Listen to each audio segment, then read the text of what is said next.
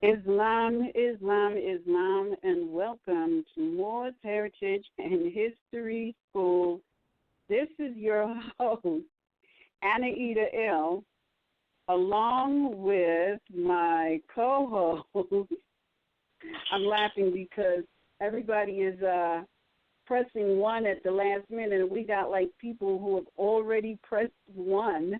So I'm trying to find my co-host amongst all of these people with questions already. All right, so we have Mizraim Aleph L. Oh, we in here. MHHS-Eyes Wide Open.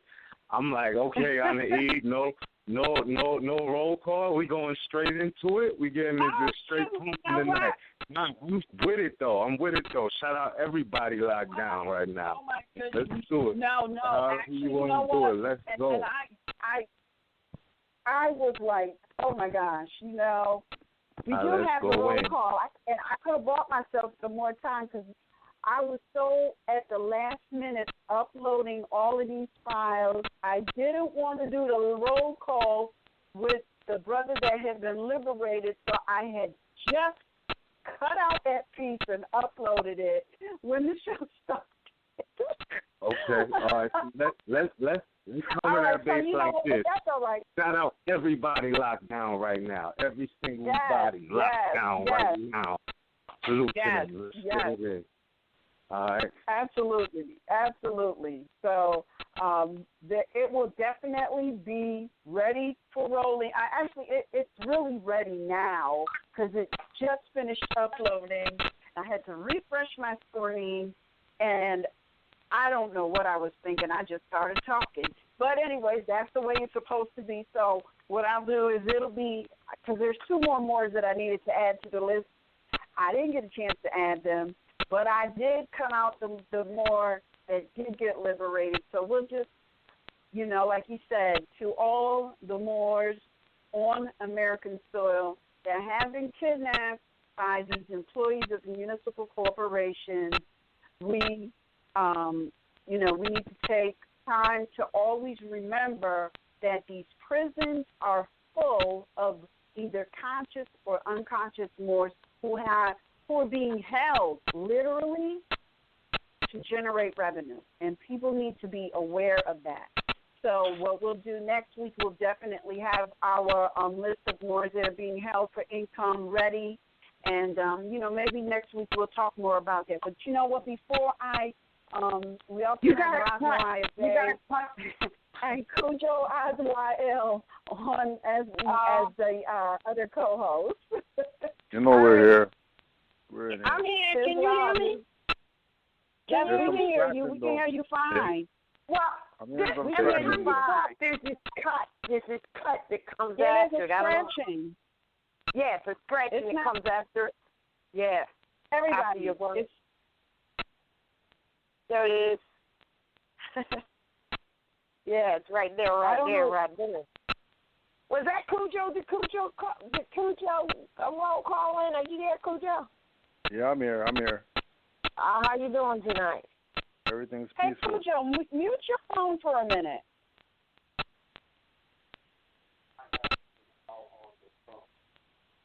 Okay, how did that do? No. It's still there. It's still there. What y'all hearing? I don't hear nothing right now. It's a Except scrape. you talking. Everything sound clear. What y'all talking about? It's a I know there's some scratching. Maybe it's just anybody got a fan blowing? Because it could be that. Damn, on the E, you got eyes all over the universe. I do got my fan on right now. All right, let me turn that up. Hold up. Yeah, that was me. Hold on.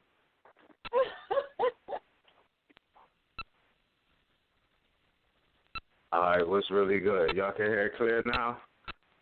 Only thing you should hear in my background is crickets out here with a deer's running free right now. You know what? Forget about it, all right? We're just going to continue. Because we got a lot of stuff to talk about today. Let's see. All right, let me get back on track. before we continue, I would like to just have everybody, I know I made this announcement before, and I don't know if anyone took me serious. I'm hoping that somebody did. And I asked everyone to do the appropriate research of any municipal corporation that they are near. And next Tuesday, come on the broadcast and give us a report of what you have discovered relating to the establishing of that municipal corporation. What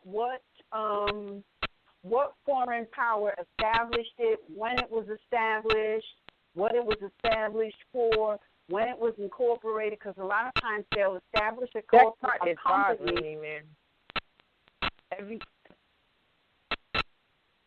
All right, how about if everybody mute their phone? Well, at the same time. I've been on mute for a minute. Okay, let me do it. It's your phone. It's something in your phone. It's when you speak, that's when it happens. It's your phone. It's something in your equipment. Something. Now, okay. Hold on a minute. Hold on. It's gone, so somebody... It's gone. Whatever you did. Miz, it's you, Miz. Maybe it's some crickets. They trying to join in. I muted you, and it went away. Yeah, see, and I unmuted you. Oh, maybe it's those crickets. All right. The crickets. But hold on. So you telling me that y'all can hear the crickets in my background right now? Apparently. We hear something. Okay, that's the only thing you can hear right now. You know, we out here with the ears from the street. Maybe it's the phone. Maybe it's the phone. Maybe. I don't think so. I don't have a single sound in my background except this cricket. And, you know, I've been trying to harmonize with it. But look, just a law of nature lesson real quick. Since the cricket is interjecting on this call, let me drop a jewel real quick, right? This is how you can know if a stranger is invading your area. If the cricket stop cricketing and stop making that noise, it's only because something is intruding in its circumference. Now, I know it's something else that has to deal with the fact that, you know, the amount of times that a cricket crickets within a certain minute or a minute and 30 seconds can let you know the temperature in degrees. It's the temperature. So, since the cricket jumped in on this call, I had to drop the jewel on that real quick. You know what I mean? There you go. Yeah. All right. Well, we're just gonna continue. All right. Let's just continue. All right. So, it's annoying. So what we can do? I'm gonna mute you. I'm gonna mute you for now, Ms. Just for a second. What? Wait a minute. What? Do you hear it now? Yeah. Maybe it's the phone. It's back now, but it was gone when you muted. It's something there. It's the crickets. It's like sonic sound. Nah, because I just cut that out. So I mean, I don't know. I'm gonna just be listening. If my phone get clear, get clear. No. I'm just gonna mute you for now because I don't care about the sound. But I'm gonna mute you just for a second, and then once, because okay. Let me just talk. All right. Yeah. As I was saying, what I would like for it, I'm trusting that we will have enough more that have or will have done the appropriate research regarding the municipal corporation that they are near, or one that they are aware of or may be interested in. All right, and you will do the appropriate research and come back on next Tuesday and give us a report. Now, I'm trusting that there are Moors out there who are dedicated and curious, as I am, and will do that report and come back on next Tuesday and give us and do the report. So that's that. Now, let's get into today's broadcast. Today's broadcast actually comes from information that I got from a sister. You gotta stop that noise. I'm sorry. I'll hang up if I have to. I cannot listen. I don't care. I'm just going to mute you for a minute. All right. It's not a cricket. It's the phone. It's the phone, but it's all right. Let's continue. All right. Who's phone? I just muted Ms. It's Mrs. phone. It's something that's got going on in electronics that is affecting his phone. I just said that. Yeah, he got to figure that one out. It ain't the cricket because it's very annoying. So here's the thing. I got these 4. I watched 4 YouTube clips, and as I was watching them, it was so impacting to me. Because it was like I heard ringing in my ear the prophet saying, I'm going to make the Europeans tell the truth. So what I did was I downloaded all 4 of those videos, converted them to MP3, and uploaded them to play, and then we can talk about them because there's so much unveiling going on. I mean, it is literally, if you didn't know what age we're in, if you didn't know we're in the age of Aquarius, which is everybody got to know, and it's like a floodgate of information has just opened up and been dropped on everybody. So it's like the people, Moors and modern Europeans, need to wake up out of the fog. They seem to be functioning and take back control because this is no longer being hidden from you, from people on a whole. It is in your face because it seems as though you are asleep. And more than ever, this is a time where the statement, wake up, you sleepy-headed Moors, is so prophetic. You know what? Prophecy fulfilled. Wake up, you sleepy Moors. I'm going to make the Europeans tell the truth, and you better be studying and studying and studying so that you can not only see it in the signs and symbols, but you can see it when it's right in your face. I'm telling you, these 4 clips, you can find them on YouTube, all right, because they're visual. But I don't have the ability to give you the visual, so I'm just going to give you the audio. Now, the name of all 4 of them, the first one is Reporter Gets Angry and Tells Us the Real News. You go and Google it. It's all on YouTube because he's very animated, all right? So, but you're going to just hear the listening portion of it. The second one is Racism Destroyed in 1 Minute. The third one is The Newsroom America is Not the Greatest Country in the World. And then the last one I saved, the best I think I saved for the last, and it's Minister Farrakhan totally ripped Mike Wallace in 60 minutes. Now, some of you may know this. I didn't know it. But in listening to it, it's not a matter of it's old or new. It's a matter of, to me, that they are dropping information. So what I'm going to do is everybody mute your phone. I'm going to mute mine too. I'm going to play all 4 of them back to back. All right? So take out your pen and paper and take a listen. And jot down any questions that you may have, all right?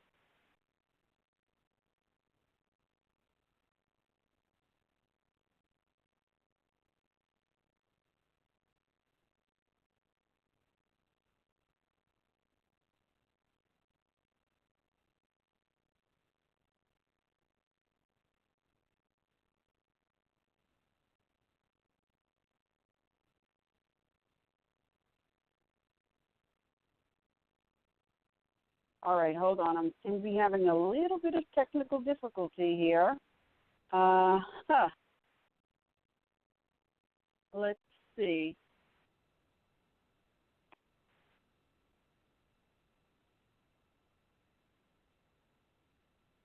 Oh boy.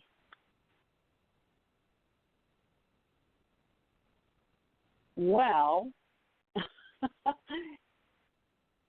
okay, so it's must not be ready to play. So I guess we're just gonna have to talk about something else. We just got through loading just before the show started. It might not be quite ready. Yeah, it's not. It might not be quite ready. So what we'll do? Yeah, it's not. It's not quite ready. This is the first time that has happened. Refresh it. That's what I'm trying. I did that already, so I'm wondering why it's not even playing. It's like it's loading. Mercury. Anyway, well, what we'll do is we'll talk about. You just heard it. It just came in and went out.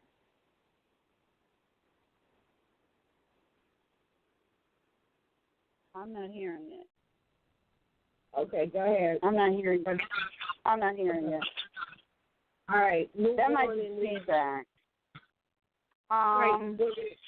We're waiting until that goes. I'll monitor it too. Yeah, that might be feedback that you're hearing. So what I'm going to do is I am going to let us, what we can do is while it's loading, I can talk about the first one. The first one is entitled "The Reporter Gets Angry and Tells Us the Real News." And in that clip, and it, you know what, it could be my computer too, why it's like not playing. In that first clip, this reporter is being asked to report the news in the rain. And he's asking, why do I got to do this in the rain? Why can't I do it inside? And then, you know, he's having this discussion, and then he starts dropping these huge bombs regarding what's going on worldwide. And it's specific to Syria. And that's why I thought it was really, really amazing. I think it's probably my computer. It's just, or maybe it is the server. Maybe it's the Blog Talk server. So what I'm going to do is, Ron, I'm going to turn it over to you so that I can try and get into the audio file and fix whatever's going on. And I'm going to unmute Ms. Yeah. So Ms. gets to talk, because Ms. saw all of them. Okay. I think it's my computer. Because I think it's my computer, because Ms. hasn't come in yet. It's my computer. All right, well, just keep talking. I'm going to go on. So I'll give you a second to get on. Yeah, it's my computer. Well, looky there. What I'm going to do is I'm going to turn the controls over to you, Ron, and then I'm just going to reboot my computer. I don't have them yet. I haven't opened it up, so we can't open this. I haven't opened it up yet. This is still not open, but I need to restart my computer so that I can clear out. Don't do it yet. I haven't gotten online yet. No, don't worry about it. I'm just going to reboot my computer, and then I will get back in. All right. Cujo, are you there? Yeah, I'm here. All right, so Cujo's there. It's crazy. You can't get Ms. in? You can't unmute Ms.? It's not allowing me. I gotta, you know what? Let me just open up in another browser. It's the browser. It's the browser. Just open another browser. And Cujo, do you have anything that you want to comment on while we are waiting for these audio? Yeah. Well, while we're waiting, I guess we can read some words of the prophet. All right. So we can never go wrong with that. Right.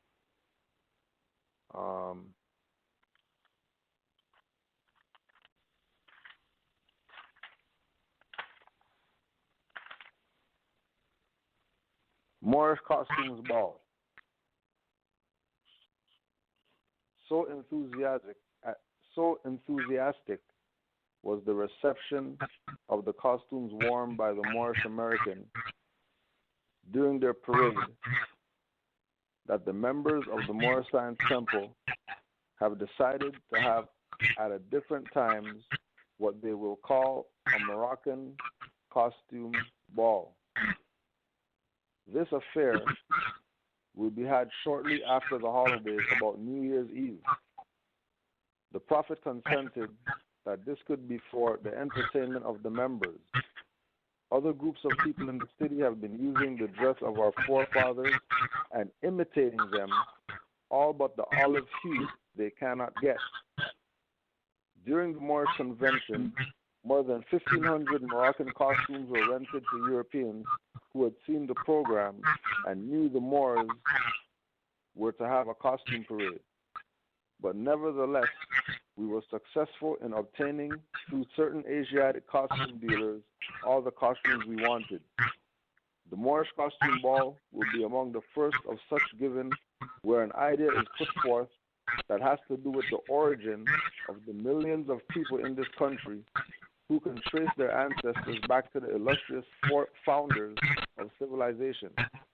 It will remind the descendants of these people of the time when their forefathers were the main people to spread the most progressive ideas of civilization. In fact, they saved civilization many times. I'm sorry, Raj. Do you have that? Do you have your phone on speaker? No, I just unmuted Ms. and the noise came back, so I'm going to mute him back again. I apologize. No, hold on. Can you hear me? Hold on. Yes. Yeah, can you hear me? Yeah, we can hear you, but okay, that's not me. I can't take that one. That is not me. I've been muted for a while. No, son. And it's still been going on. I can hear it. I just unmuted you and it came back. I got the control. Before you unmuted me, it was going on from what I heard. That's not me. No. That's definitely not me. Okay, all right. Because I was still on mute after you unmuted me. That's not me, fam. It's your phone. You unmuted No, it's not. It's really not. It's not. Okay. All right. That's a fact. It's not. I'm going to try to unmute him again because I just did it on my controls, and as soon as I did it, it came back. But something's not acting right with the system because now I can't go back to unmuting him. So, they're going hard tonight. Yes, they are, because I know what Liz is thinking, but he doesn't realize that. Yeah, he doesn't realize that. Boys. Good job out there. Good job. Oh, my God. Good job. And look, I can't unmute him back. And if you refresh, because I can't unmute him. I actually rebooted. I had to restart my computer. It's coming back up. We got that noise coming in. And it's not whether he used his phone, it's something in his phone. And you know what? While we're waiting for that, hey, I hate to tell you to do this, Ms., but maybe it's just a bad connection, Ms., because usually your phone sounds great. You want to try hanging up and calling back in like right away?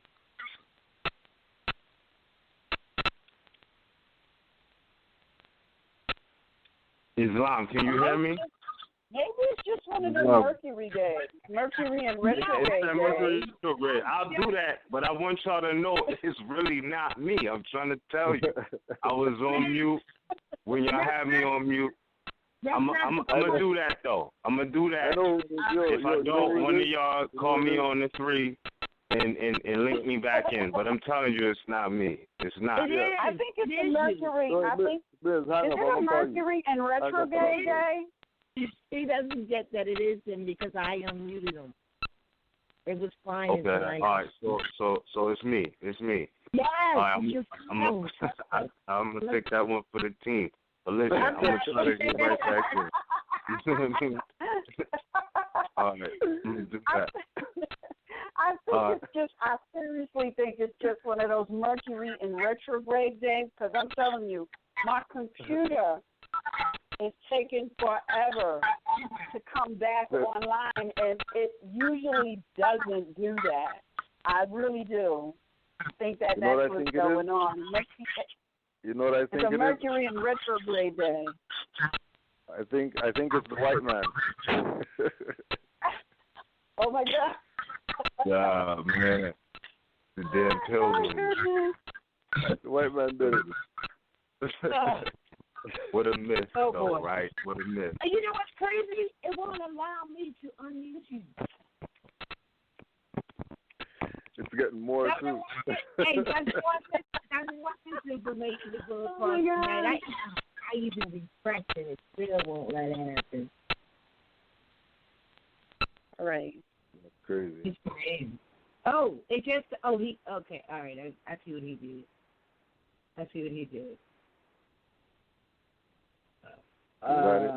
He can get back in. What?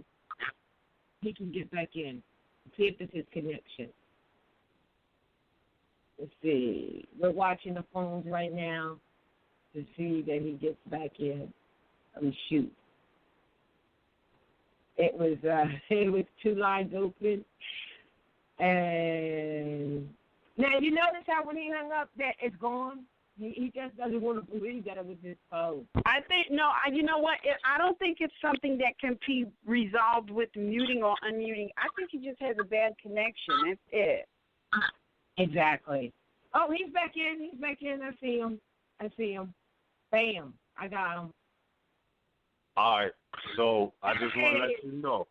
Bad connection. Fred is gone. It's a bad connection. Okay, we good? Yes. Woo! All right. Okay, cool. All right, there we go. Reboot, refresh. Well, what we don't want to do is interrupt the reading of the prophet stuff, which we've already done. So, and while you're waiting for that to finish, Brother Cujo, you can continue reading what you were reading. Yes, please. So it will remind the descendants of these people of the time when their forefathers were the main people to spread the most progressive ideas of civilization. In fact, they saved civilization many times. When more barbaric tribes from the north were ravishing all countries, they were permitted to enter. It was the forefathers of the Moorish Americans and their near kin that saved the historic records that were threatened during the days when the burning of libraries was a fad of despotic soldiers. This costume ball will be much looked for and appreciated by the prophet. Mm-hmm. So one part that has to stand out is that the concept of the burning libraries and the near kin of the Moorish Americans were permitted to enter when the barbaric tribes were ravishing all countries. Mm-hmm. So this is where Noble Drawley's tying the tie of Africa really being South Asia. Mm-hmm. And that these individuals being able to seek refuge in their kin's land. And the reason why they were permitted to enter, because they're talking about the Wall of China. And the fact that that's why the Holy Quran information goes back to Tibet. Mm-hmm. Because after the Moors lost power, that's where all the so-called mystical information went. Because remember, during the time of the Moors, there was nobody else. Everybody was part of the Moroccan Empire. And when they say that the Turks took over, they took over a piece. They didn't take over everything. And if it was really a takeover, how come they have beys and stuff like that in Egypt? Bey's not their stuff. Bey is something that predates those people who call themselves Bey today, that don't look like dark-skinned people. So the historic reference points that Noble Drew Ali continues to give Moors is why you don't need reincarnated people, because Noble Drew Ali gave you everything it takes to save a nation. And you're supposed to take all that stuff and save yourself. And then when you save yourself, uplift your brother and sister, because you're saved, or you're the Christ. Going back to the mind of your foremothers and forefathers is what the Moorish costume ball was about. This is why you have to watch out for these suit and tie Moors. Because Noble Drew Ali didn't have suit and tie costume ball. He told them dress like their foremothers and forefathers. So Islam to all the Moors that wear their cultural customs. Islam to the Moors that wear their cultural customs. And all the suit and tie Moors want to play around like Noble Drew Ali said, dress your best, and that meant suit and tie. You're tripping. Because how are you going to be a Moroccan wearing a suit and tie? How are you going to be a Muslim wearing a suit and tie? What are you talking about? That's right. How are you wearing a noose talking about you're Moorish American? And then people are supposed to back that. And people back that. Suit and tie Moors. When Noble Drew Ali has an article called Moorish Costume Ball, where Europeans were going out to go dress up like Moors to come to the costume ball, or buying out everything so the Moors can't have their ball. But because of your brothers are going to come from the east to save you, and us knowing more than just these European costume dealers, we're still able to get our authentic wares from our brothers and sisters.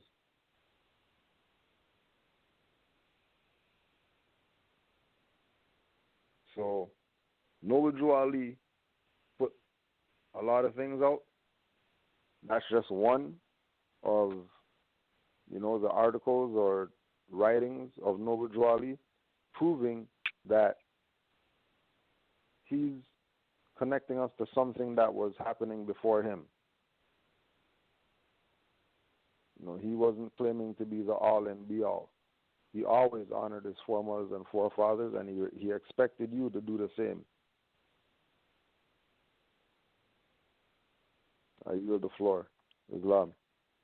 Islam. All right, Islam.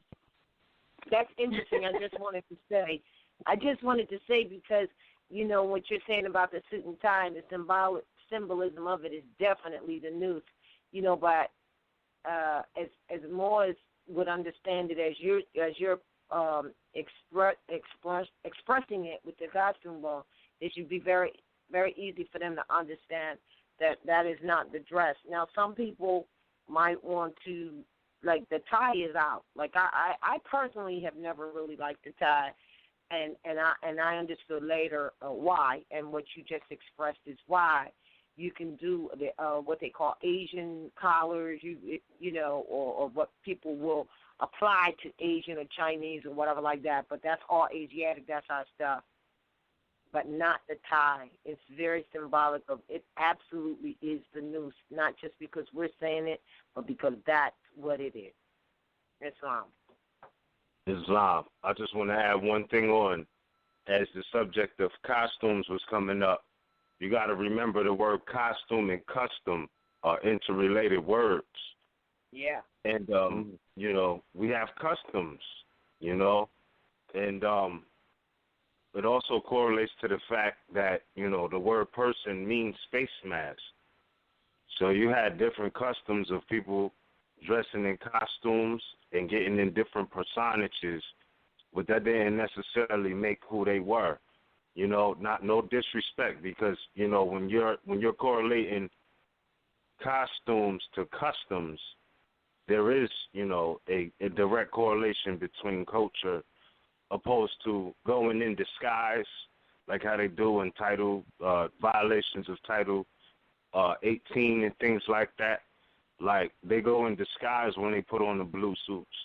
They go in disguise when they go in plain clothes and hinder and harass people on, you know, in their right to travel, no matter what they're doing. But I found that interesting about the costume and the custom. And I just want to put this out there. When we did something on the AC Boardwalk, which will be revealed soon, and as we were doing that, being as though it was a Moorish custom, the policy enforcers, they tried to not run down on us, but inspect us and all of that. And based off of what we were doing, or what a specific brother was doing that we were there in support of, the only thing the policy enforcer could say was, that's the oldest custom. You know what I mean? That's what he said. That's the oldest custom. So I just want to drop this on the record real quick. As custom, costume relate are interrelated. A custom is a law not written, established by long usage in the consent of our ancestors, meaning that would be, you know, the wearing of your fez, the wearing of your turban and things like that. That's a custom. You know what I mean? That's a law not written. It says, if it be universal, it is common law, which it is universal. You can see Moors wearing turbans and fezzes from the Eastern Hemisphere to the Western Hemisphere, from ancient times to modern day right now. So it is universal. It says, so if it be universal, it is common law. If particular to this or that place, it is then properly custom. So, like, let's say, you know, a European puts on a fez, or, you know, puts on a turban, or puts on an Asiatic feathered headdress. You know what I mean? They're just in costume, because that's not really particular to that place. You know what I mean? But again, that goes back to Henry Campbell Black's Law Dictionary, revised 4th edition, page 461. And it goes on to say, custom differs from prescription, which is personal. Mind you, person means face mask, and annexed to the person of the owner of a particular estate. I'll leave the rest for everybody else to read and do their due diligence. But I just wanted to add that on the subject of custom and costume, disguise versus costume, or disguise versus customs. And with that, I yield the floor for now. Islam. All right, Islam. One more thing to add. One more thing to add with regard to custom being law.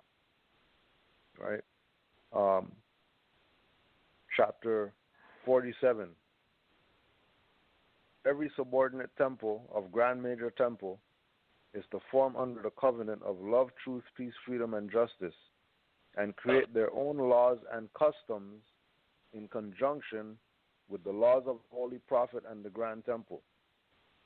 So just to put that as added emphasis on who said Noble Drew Ali didn't teach civics. Facts. There you go. Right? Yep. I yield the floor. Islam. Islam. All right. I have partial control, and I think, the 4 audios are up and ready to roll. So we're going to play them, and then we're going to talk about them. But like I said, the first one is the reporter gets angry and tells us the real news. The second one is racism destroyed in 1 minute. The third is the newsroom. America is not the greatest country in the world anymore. I just want to correct the United States of America. is not the greatest, never was really. America is still the greatest. However, because of because you have all these corporations that are literally arresting the liberties of the people, the people's freedom actually is what is in danger, not America not being a great country. America is a beautiful, fabulous country. However, you got these corporate personalities that is making this land one of the most disharmonious places for any people to live. All right, I just wanted to reiterate that. And then the last is to save the best for last. Minister Farrakhan totally rips Mike Wallace. So I'm going to mute my phone and then just take a listen. For the time being, at least, a UK military intervention seems unlikely. Why are we doing this outside? Well, because it's cold and it's starting to rain and we can easily do it from a studio. I'm just wondering what... Yeah, well, that's very easy for you to say in your ivory tower. I'm just wondering... Really? Really? Okay, do you hear what he just said? Do you hear what he just said, why don't you, for once in your life, just do the fucking news? All right, no, I'm going to do the fucking news. No, here is the fucking news. Ex-commercial TV PR man, old Etonian and occasional pig fucker David Cameron would like to bomb Syria. Unfortunately, Russia's got there first, and America's been doing it for ages. He wants to bomb Syria to stop the flow of refugees fleeing all the bombs. He's also hoping it will stop the increased influence of Islamic extremism. Bombing Syria will, of course, destroy the one remaining multicultural society in the region, leaving it open to the increased influence of Islamic extremism. To bomb Syria, therefore, is clearly mental. In other news, I'm doing the fucking news. In other news, Muslims are bad, China's bad, but not as bad as it used to be, and Russia is always bad. Nuclear weapons are good, and to suggest not using nuclear weapons is bad. Onto the economy. Debt is good. Corrupt banks are bad, but not bad enough for us to do anything about them. And poverty in the UK is a figment of your imagination. Onto housing. Jeremy Corbyn's plans to build affordable housing and create social housing for the poorest people in our society is a terrible idea. That's according to multi-millionaire, property magnate, and all-round shitpot Sir Alan Sugar. Environmental news, there's nothing to worry about, so please carry on consuming at your usual rates.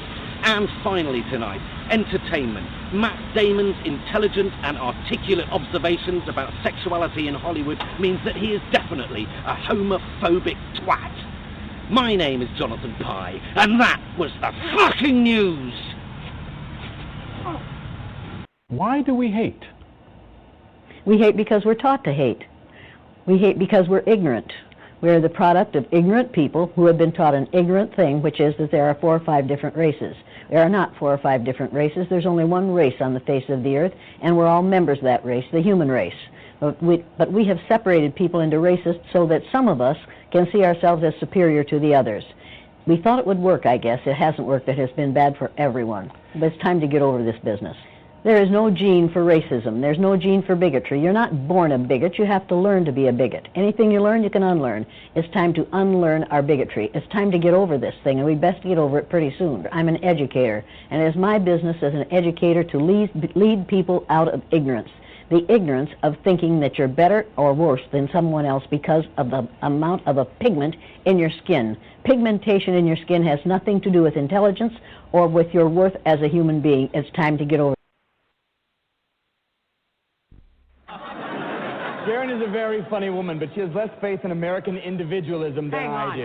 Now, wait a second. By the way, when did I ever express any lack of faith? Never said that Barack Obama was a socialist. Seriously. What I said and what I have always said is that his me to run a sound package Monday morning that shows you hundreds of times calling the president a socialist. Do you even I'll know read your the columns difference? on the air. The policies are, look up the definition, my friend, they're socialist. By your definition, so were Ronald Reagan. Oh, What do you think tax saves are? American individualism can't build roads. An individual... Go on, just sorry, get it all out. Get it Thank all you, out, since please. the question was addressed to me. An individual can't build a school or assemble an army or one's talking about navy. disbanding the army. So On we your can agree radio that the show, government is good for that? Yes. Yes. Fine. On your show, The fire you talk about department, funding good for the, idea or bad idea? You are getting so worked up, Sharon. I'm afraid you're going to start shooting light out of here. Good idea or bad idea on the fire department? Or should it be a private fire department that only comes to your burning house if you paid your monthly fire bill? I am more than happy to pay for the fire department. I am not happy to pay for a painting that I don't want to look at, poetry I don't want to read. You can't skip right to the NEA! And you cannot skip right to the Army because there's billions of dollars worth of stuff and thousands of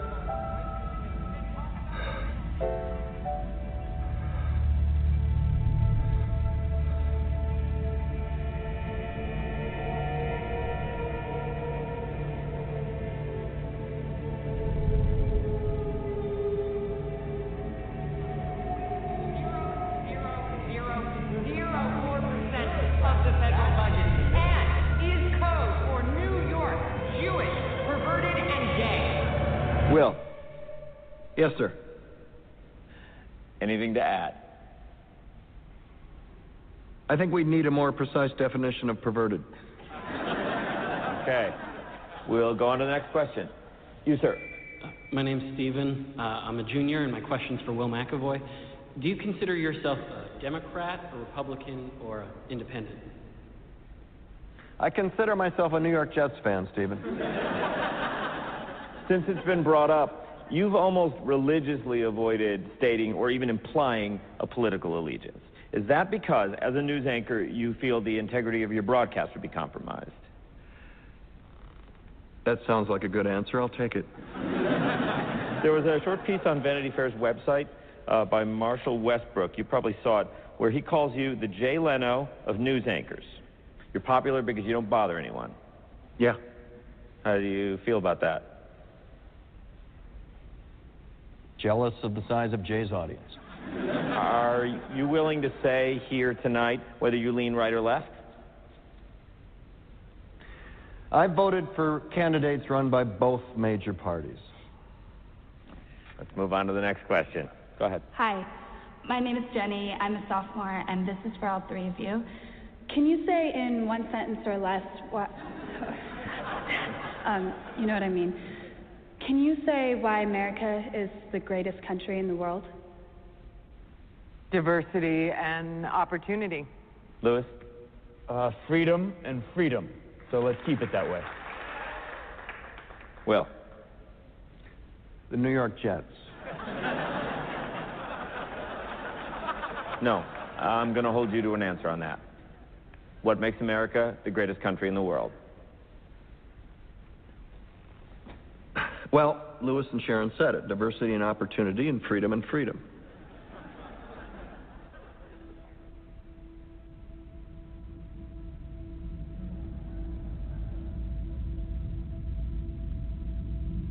I'm not letting you go back to the airport without answering the question.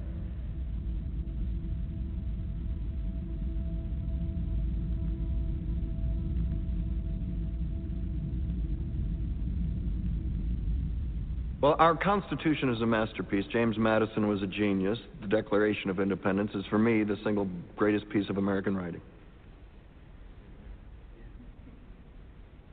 You don't look satisfied. One's a set of laws and the other's a declaration of war. I want a human moment from you. What about the people? Why is America not the greatest country in the world, Professor? That's my answer. You're saying... Yes. Let's talk about... Fine. Sharon, the NEA is a loser. Yeah, it accounts for a penny out of our paycheck, but he gets to hit you with it anytime he wants. It doesn't cost money. It costs votes. It costs airtime and column inches. You know why people don't like liberals? Because they lose. If liberals are so fucking smart, how come they lose so goddamn always? Hey. And with a straight face, you're going to tell students that America is so star-spangled awesome that we're the only ones in the world who have freedom? Canada has freedom. Japan has freedom. The UK, France, Italy, Germany, Spain, Australia, Belgium has freedom. So 207 sovereign states in the world, like 180 of them have freedom. All right. And yeah, you, sorority girl, just in case you accidentally wander into a voting booth one day, there's some things you should know. And one of them is, there is absolutely no evidence to support the statement that we're the greatest country in the world. We're 7th in literacy, 27th in math, 22nd in science, 49th in life expectancy, 178th in infant mortality, 3rd in median household income, number 4 in labor force, and number 4 in exports. We lead the world in only 3 categories: number of incarcerated citizens per capita, number of adults who believe angels are real, and defense spending, where we spend more than the next 26 countries combined, 25 of whom are allies. Now, none of this is the fault of a 20-year-old college student, but you nonetheless are, without a doubt, a member of the worst generation ever. So when you ask what makes us the greatest country in the world, I don't know what the fuck you're talking about. Yosemite?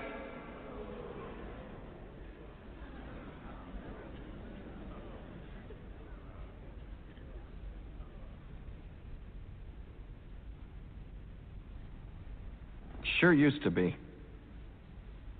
We stood up for what was right. We fought for moral reasons. We passed laws, struck down laws for moral reasons. We waged wars on poverty, not poor people. We sacrificed. We cared about our neighbors. We put our money where our mouths were, and we never beat our chest. We built great big things, made ungodly technological advances, explored the universe, cured diseases, and we cultivated the world's greatest artists and the world's greatest economy. We reached for the stars, acted like men. We aspired to intelligence. We didn't belittle it. It didn't make us feel inferior.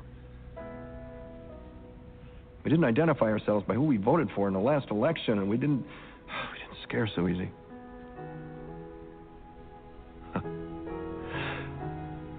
We were able to be all these things and do all these things because we were informed by great men, men who were revered. First step in solving any problem is recognizing there is one. America is not the greatest country in the world anymore.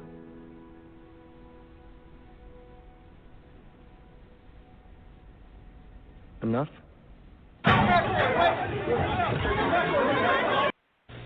If I went to Israel, I don't think Israel would be the best place for me to be at this time, considering the view that most Jews have of Louis Farrakhan. You go to Nigeria, which is, if not the most corrupt nation in Africa, and it is, it could be the most corrupt nation in the world, Minister Farrakhan. Oh, now, Mr. Wallace. It is the most corrupt nation that I have ever covered. I've been there 25 years ago, and I've been there as recently as last year. Fine. So what? 35 years old. That's what that nation is. Now, here's America, 226 years old. You love democracy, but there in Africa, you're trying to force these people into a system of government that you just have accepted. 30 years ago, black folk got the right to vote. You're not in any moral position to tell anybody how corrupt they are. You should be quiet and let those of us who know our people go there and help them get out of that condition. But America should keep her mouth shut wherever there's a corrupt regime, as much hell as America has raised on the earth. No, I will not allow America, or you, Mr. Wallace, to condemn them as the most corrupt nation on earth when you have spilled the blood of human beings. Has Nigeria dropped an atomic bomb and killed people in Hiroshima and Nagasaki? Have they killed off millions of Native Americans? How dare you put yourself in that position as a moral judge? I think you should keep quiet, because with that much blood on America's hands, you have no right to speak. I will speak, because I don't have that blood on my hands. Yes, there's corruption there. Yes, there's mismanagement of resources. Yes, there is abuse. There's abuse in every nation on earth, including this one. So let's not play holy to moralize on them. Let's help them. I'm not moralizing. I'm asking a question, and I got an answer. Why would you put it as the most corrupt regime in the world? That doesn't make sense. Can you think of one more corrupt? Yeah, I'm living in one. I'm living in one. Yes, You've done a hell of a thing on this earth, so you should not be the one to talk. You should be quiet when it comes to moral condemnation, in my judgment. I didn't mean to be so fiery. No, that's good. That's good. That's my passion. I first recognized the passion of the black Muslim movement and Louis Farrakhan way back in 1959 when I anchored a broadcast entitled The Hate That Hate Produced. The black Muslim meeting we filmed included a mock trial, a kind of passion play, where the white man was judged for crimes against the black race. The voice you will hear. Well, all right. There is more to that I haven't reviewed all of it, but that portion of it I thought was most impacting. But all four of these were put on the internet. This, I think, with the exception of maybe the newsroom, America is not the greatest country in the world anymore. All of that, all of the other recordings was actual, conversation. The reporter that got angry and then told the real news. I was cracking up on that one. I was cracking up when the reporter that got angry. He says, and so now I have just reported the FFFF news. Oh my God! Right. Now, also, even though the newsroom, which I think might be a TV show, even though it is a TV show, for them to put that statement in a TV show, to me, is like, okay, wait a minute, did they just tell the truth? And people need to be clear. When they say America is not the greatest country in the world anymore, they're not talking about America, the land, all right? Because what these modern Europeans will do is they have claimed, because we don't, they have claimed to be Americans. They have dropped the Union States of America, and they just use America. So they're running around, and they're claiming to be Americans. Now, keep in mind, people, America, that word, is still not a nationality. So there's no need for us to attempt to claim it ourselves. But what we do need to recognize is we are Americans. And if if you're of the copper, if you are a lineal descendant of the copper tone people found here, you are an American also. But be clear, if your mother is a modern European, you are not an American. And this is what they do. They try to tell you that if either parent is of Asiatic lineal descendant, then so is that offspring. No, that's not true. And if you listen to Sisters Standing on Law this Sunday, we played a Moabite sister who goes by the appellation of Chief Warhorse Gillum. She, really very well explained how the modern Europeans infiltrated our family, took on our name, our appellation, our customs, and everything, and then went around calling themselves the Native Americans only. And I don't believe they refer to themselves as Native Americans. They more likely refer to themselves as Indians. And I know if you have never visited a so-called reservation, you might want to check one out, because years ago, I'm not sure if I was into this information or just coming into it. I don't remember exactly. But me and my sister down near the Virginia Corporation, we went to a so-called Indian reservation, and what was really amazing about that was that when I stepped onto this so-called reservation, that's all I saw was modern Europeans. All right, and this was not one of those broke, so-called broke. This was not. This is how you know that something was wrong. This reservation wasn't a true Native American, because there was luxury Winnebagoes up in there, everywhere.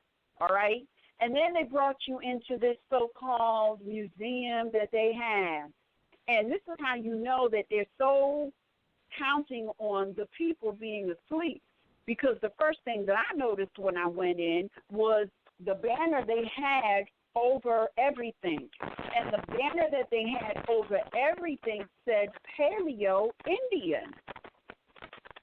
Paleo Indian, but you are the so-called Native Americans? No, you're exactly what you're saying you are, Paleo Indians. But Paleo, they said Paleo Indians. It said Paleo Indians, and then it went into their chronology, and everything that they were showing, none of it showed Aboriginal indigenous people. Everything showed modern Europeans pretending to be the Aboriginal indigenous people branded Indians. And even the books that they had open from like the 1600s where people was writing about what they found, they were not in any of those writings. So I said that to say this, and then I'm going to yield the floor for anybody to comment on the recording and anything else. These signs and symbols are right in our face. You got this stuff that's on YouTube, and there's, I'm sure, a lot more truth. All right? But there's also things that we have encountered in our lifetime that we're so not even aware of was actually a sign and a symbol, and this is why our business is about reflection. Because as you come into this information, we all need to be reflecting, because we got so much information inside of us already. We have seen things that we didn't have a place for, but it's in our head. A lot of the things that we have seen and heard in our lifetime was the universe trying to tell you who you are. And it's just wonderful to be in this age of Aquarius where you don't have to really, if you really want to know, you really don't have to wonder anymore. It's all in your face. So it's wake up, you sleepy-headed Moors. That's old news. That's yesterday news. Today, the information is in your face. If you want to see it, it's sitting right there. If you don't want to see it, then you can continue living as you have been. But the choice is yours, and I'm not mad at nobody. If you decide to claim that wonderful history that is all of ours or not, that's your choice. I choose to claim mine because I love the history and I love the people that we were and are today. Islam? Wow. Sure. I just wanted to make a comment on the Paleo Indians. And I got to say as well, yes, that news clip was funny when whoever was in his ear and he snapped and told the news. But I just want to say that I had a modern European the other day, I'm talking blue eyes, tell me that he had Native American in his blood. And I ended the conversation because I'm not here to try to teach them, because I already know that he knows he's not that. But it wasn't like I'm trying to convince him, because this wasn't no, like particularly lawful situation. The bill was for European. And what I'm saying is I'm not obligated to convince the European of anything in that matter. You know what I mean? They've been trying to steal our birthright and identity for a while. We have an obligation to let our people know what's really good, because these Europeans are not Native Americans. Now, they're not white people either. We did the Sons of Allah last Thursday, and we put out the caveat about what El Haj Malik was saying about the word white, and it doesn't apply to them. Also, how it even became to start being applied to them through common usage, not through etymology. Common usage does not mean the factual thing. It does not mean the etymology. So when you look up, the fact that they started commonly being counted as white in 1870, they're really not white. That's statutory. That's not even natural law applying to them. Just like they got a bunch of codes and statutes for the word black, all right? Christian black codes, all these quasi-national statutes under quasi-national domiciles. All of that is statutory. That has nothing to do with the law of nature. And what I'm saying is, in the law of nature, the word white does not apply to them. Neither does the word American. So what I'm saying is there's a difference between white and pale, going back to the Paleo Indians that you were speaking of, for the fact that, they're telling you they're pale. But what they do is they try to interject themselves into Moorish history in many facets on many different continents of planet Earth. So, that being said, Paleo Indians is an artificial jurisdiction. They try to write themselves in history as, or basically jack Moroccan history, American history, as the most ancient people. They tried to claim the fact that, different flint stones and things of that nature, arrows, were artifacts of Paleo Indians and all of that, when that is not a fact. That's all Moorish history. You can go to these different so-called Native American, institutions and things like that, or museums, or, memorials, and these people look just like Moors, because they are Moors, and that's a fact. So the Paleos, which, if you know the etymology of black, you already know pale black mean the same thing, and that was the reversal of places. So when Europeans, modern Europeans, try to claim to be Paleo Indians, when they try to claim to be Native Americans, when they try to claim to be Americans, all of these things are stealing, the Moorish legacy, as they have for a little while now. Got fezzes with Islam, Medina and things like that. So, correlating that all to the fact that I kind of agree in the essence that, yeah, we are all humans, but we are different. Going back to the video of destroying racism in 1 minute, because one thing the European has always aspired to do was to try to put themselves on equal terms with the nobles. And I'm not even racist. I'm not even being a bigot about that. These are real facts, because we're not the same. We are not. I mean, I'm not saying because we have melanated skin that makes us better, characters, like, your character is perfected. Because you got to remember, they're dealing with more science a lot of Moors haven't even been exposed to, right? So they know the philosophies of character building, what they call masonry, Eastern stars, and things like that. But with all of that they know and all of the knowledge they've acquired through, societies or institutions that have been dealing with more science, one thing is they know they will never be the Aboriginal people. I don't want to be the one to be divisive, you know what I mean? But it is a difference between us, because as they claimed in the Declaration of Independence, you know what I mean, that there's a few things or a few truths that are held to be self-evident. And like I said before, one of the most self-evident ones is the distinction in skin complexion. Now, let me clarify this too. Just my thoughts on it, honest, sincere thoughts. Because you have a Moorish brethren or sister who has light skin does not mean they're not a Moor.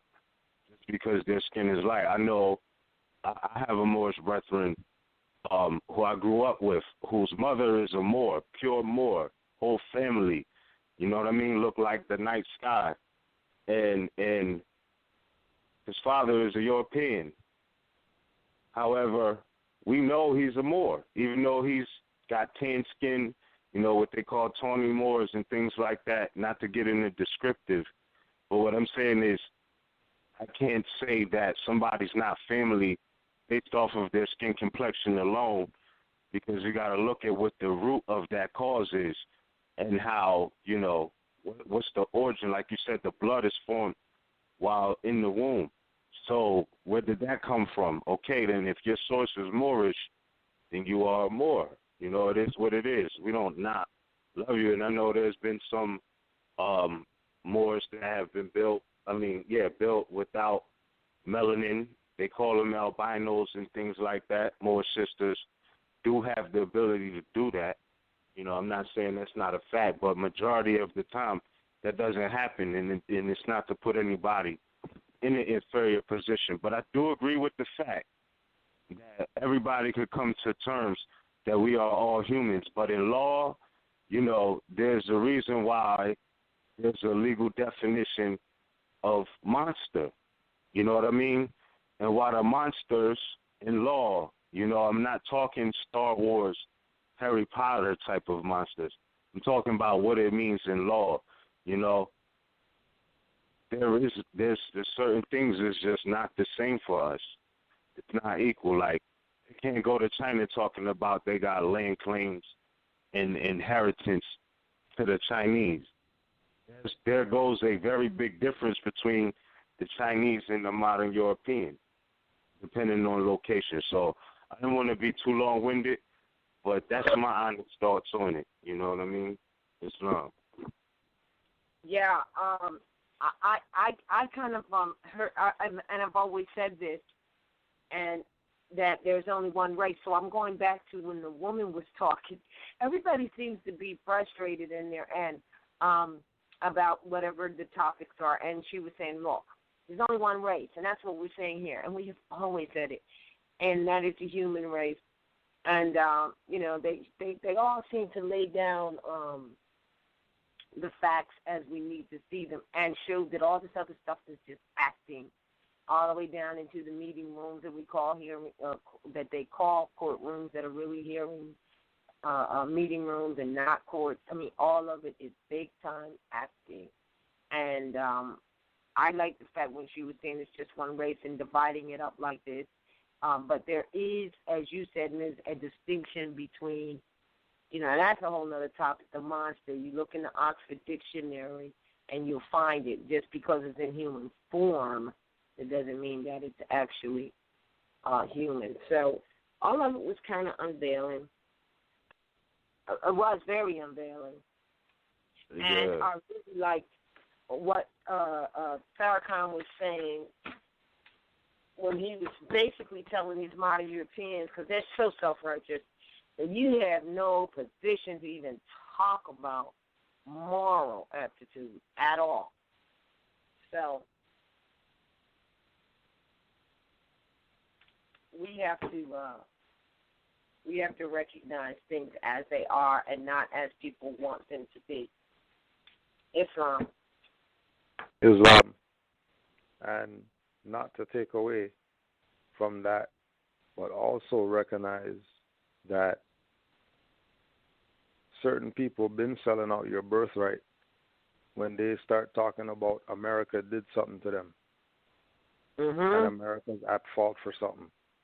Mm-hmm. And America did this and America did that, when they know their whole con of North America being wilderness was to get people to abandon their birthright. Even though they have their birthright, even though they know that they're Beys and L's and all that, just go ask Yusuf Bey, Captain Joseph X. How come he's a Bey in the Nation of Islam? So if he's a Bey, then he knows that U.S. Corporation is really who the enemy is, not America or Americans. Right. But if we don't read between the lines, then these people would play you out of your birthright and have you supporting them while they're selling out your birthright, then that means you're down with selling out your birthright. True that. True that. So, just be mindful of who you make friends with out here. And who you support and all that stuff, because some of these people been sold out your birthright. So as soon as you attach to them, you're down with them now. Mm-hmm. Guilty by association. Mm-hmm. Same stuff that, if you're in the car with the 5 pounds, it doesn't matter whether you put the 5 pounds in there, you're in the car. Yeah. So don't endanger your life with a fool.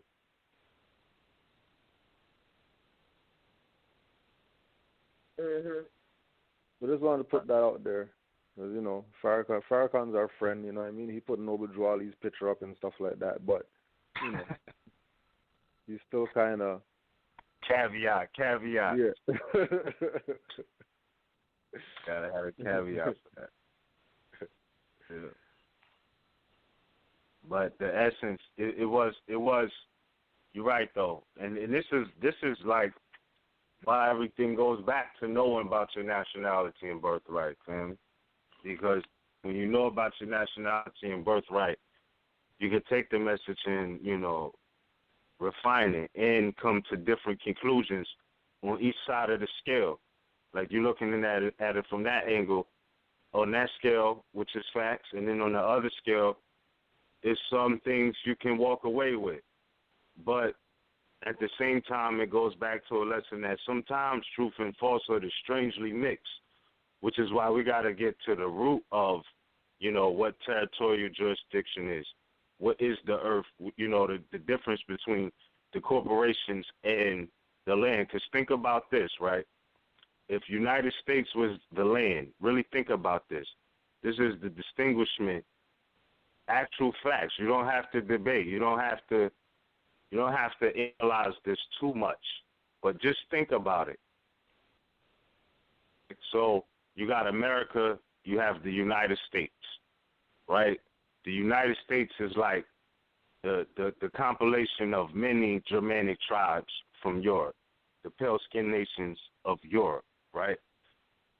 So, cool. We know the French had in on that. In 1803 was the Louisiana Purchase, quote-unquote. Why is it that the quote-unquote was United States, the quote-unquote United States, was buying land from France? Think about that. If United States is the land, right, and we know it's really a corporation because corporations, make purchase moves and things like that. And ancestral estates can't be sold. But why is it that, quote-unquote, United States had to buy that from France, who didn't have jurisdiction to sell it in the first place, right? So, that lets you know right in itself that United States is not the land. Why would they be buying their own stuff?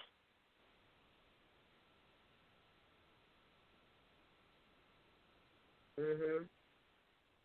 That I yield the floor. You know what I mean? It's a distinguishment between America and the United States. The United States is the colonial opposition, colonizers, shall I say, Islam. Well, all righty. Let's take some callers. Let's see. We got caller 216-322. You are live on the air.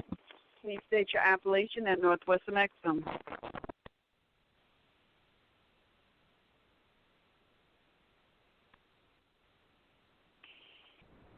Caller 216-322. All righty. Let's go on. Caller 806-392. And great. Oh no. Islam, are you there? No, the other caller came in, and that's why you have the echo. Got mute the caller. No. Okay, all right. Look. Caller 806. You need to mute your whatever, computer or something, because we're not able to hear you at all if you're trying to say something. Unmuted. Hello, Islam, can you hear me? Yes, but whatever you're listening through, you need to mute it.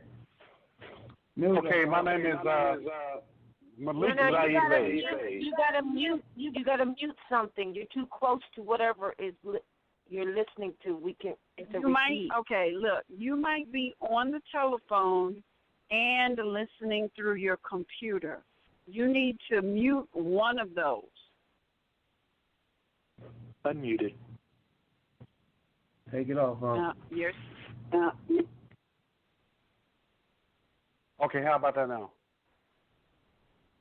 All right. Can you hear me now? Much better. Yeah. Okay, great. Okay. My name is Malik Zaid Bey. Good afternoon, Islam. I declared my nationality about 9 months ago, and I have been navigating as a Moor the best I can as far as my educating myself as far as who I am as an Aboriginal indigenous person, who the Moors are, and I came into the realization, of course, that I am a Moor based on the information over the RVBey site, the Moorish directory, and other links that you guys have on the internet. The reason for my call is, and first of all, thank you for this Blog Talk radio show. I listened to the information that you guys just presented. The last one, which I'm very fond of this individual, Minister Louis Farrakhan, and the things that he had to say. The reason for my call is I have two things, and basically the first one is addressed to Sister Nadell, and thank you again for everything that you do for the Moors organization. The second one will be upon a political nature in question. But my first thing is Miss L. My name is Malik Zaid Bey. About a month ago, I sent a writ of affidavit to you, and I just want to know if you received that or not. And it's in regards to what I'm going through here in the state of Texas, the constructs as far as child support. Let me give you a little bit of my background. I'm a 22-year military Air Force veteran, retired, and took care of my obligations while I was in the service. The military, they don't play when it comes down to that. However, the constructs still have me paying support when my support was satisfied through the military. And that's why I sent the writ to abolish that. Secondly, my next question is, I spoke with, I don't know if you guys are familiar with Jonathan Bey, who, from my understanding, constructed the Moorish directory and is over that. We talk quite often, and the other night we had a conversation about the congressional record of 1933 when they formed the United States as a corporation and abandoned the United States Constitution. My question is in regards to that, if that's in place, and of course it is because they formed a Democratic Party, which basically they incorporated the entire country and abandoned the Constitution. All right. Let me stop you right there. All right, because what you're talking about never happened. There was no corporation formed in 1933. The municipal corporation was formed in 1871. They may have gone through several reorganizations, but the initial corporation was formed in 1871. this country has never gone bankrupt. That municipal corporation did go bankrupt, which is why they have reorganized at least 3 or 4 times, one of them being in 1933.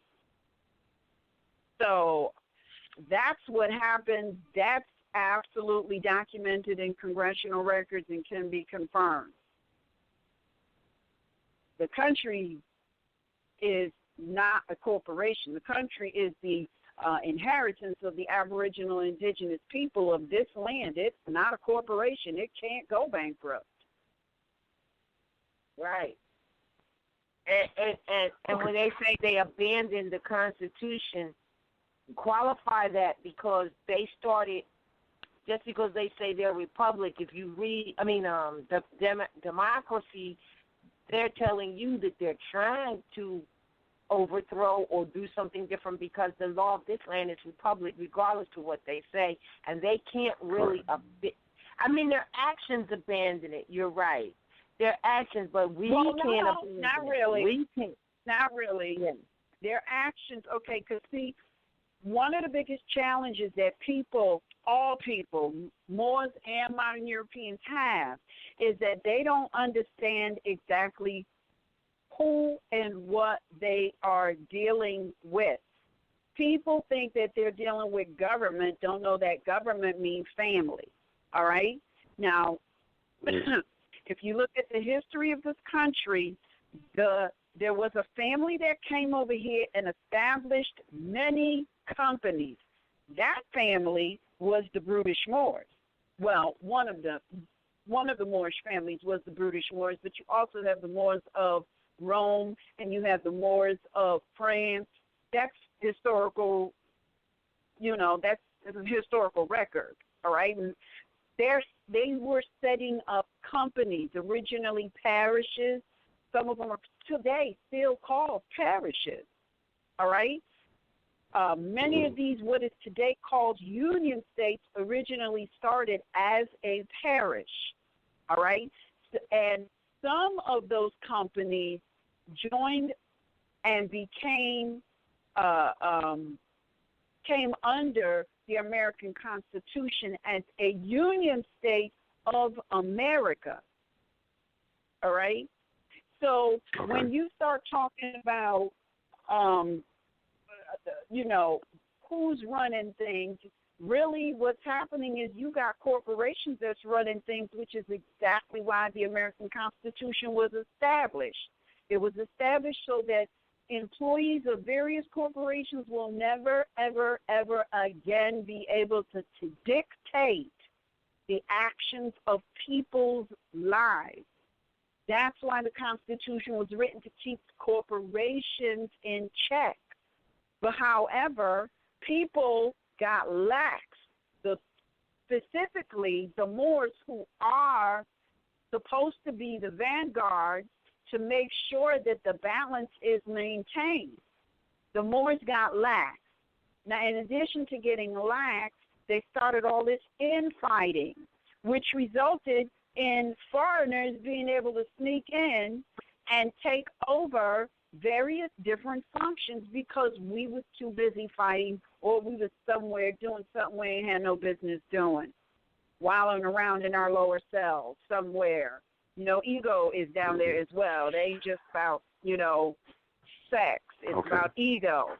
So when you're wallowing around in your lower self, you're not paying attention to what needs to be paid attention to, which is how a foreigner, or anyone really, foreigner, modern European family member, can come in and infiltrate.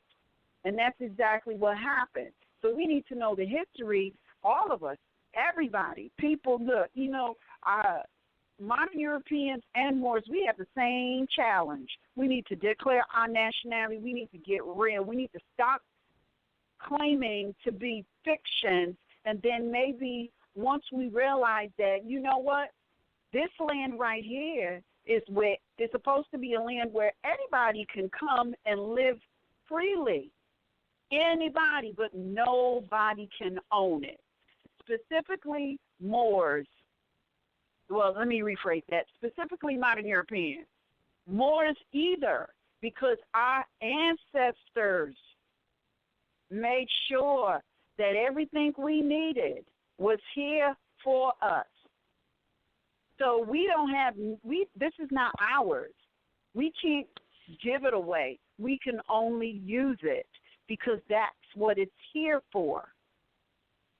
And if everybody would comprehend that, we would have less fighting. Everybody would live in peace because there's enough for everybody. Yes.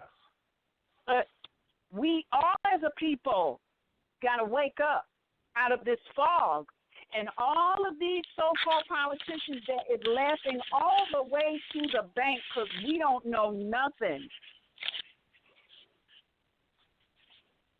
And that's why they call us minority, not we need to put them in their place.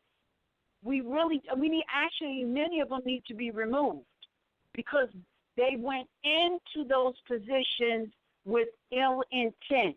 Many of them went into those positions with ill intent. But Moors especially we need to get our game on as far as studying, because the only reason that these modern Europeans can do what they're doing to us today is because, we're supposed to have a president. It's right in the Constitution. We keep telling people study the Constitution. It tells you there's supposed to be a president for the United States and a president for the United States of America. Well, where's the president for the United States, and who is the United States supposed to be speaking on behalf of? If you do your research, you'll find out that the United States is supposed to be speaking on behalf of the Moors. Now, the real word United States is not the Aboriginal indigenous name, the true name. The real name is Americanos Estados, or Americanos, which is Morocco. But we work under United States. United States doesn't have a president. United States has nobody functioning under it. It's all of the seats is empty. Meanwhile, you got Moors debating, am I a Moor? Is the woman the head? Yes. Like on Sunday, Chief Warhorse Gillum, she said, everybody came out some woman's womb. So what are you talking about? Why are we even wasting time with these types of debates when we have been, forced to live in poverty, no food, not the basic necessities of life, which the Constitution guarantees us, we don't even have. But then you got people who's supposed to be the government living better than the people they're supposed to be working on behalf of. So this is about us waking up and knowing who is who, what is what. Let's stop all of this stupid infighting. Let's put the ego down because it ain't never got us nowhere but into the mess we're in now. We need to wake up. We need to study, and we need to do things, individually that's going to benefit the family. Islam. Yeah, but I also want to.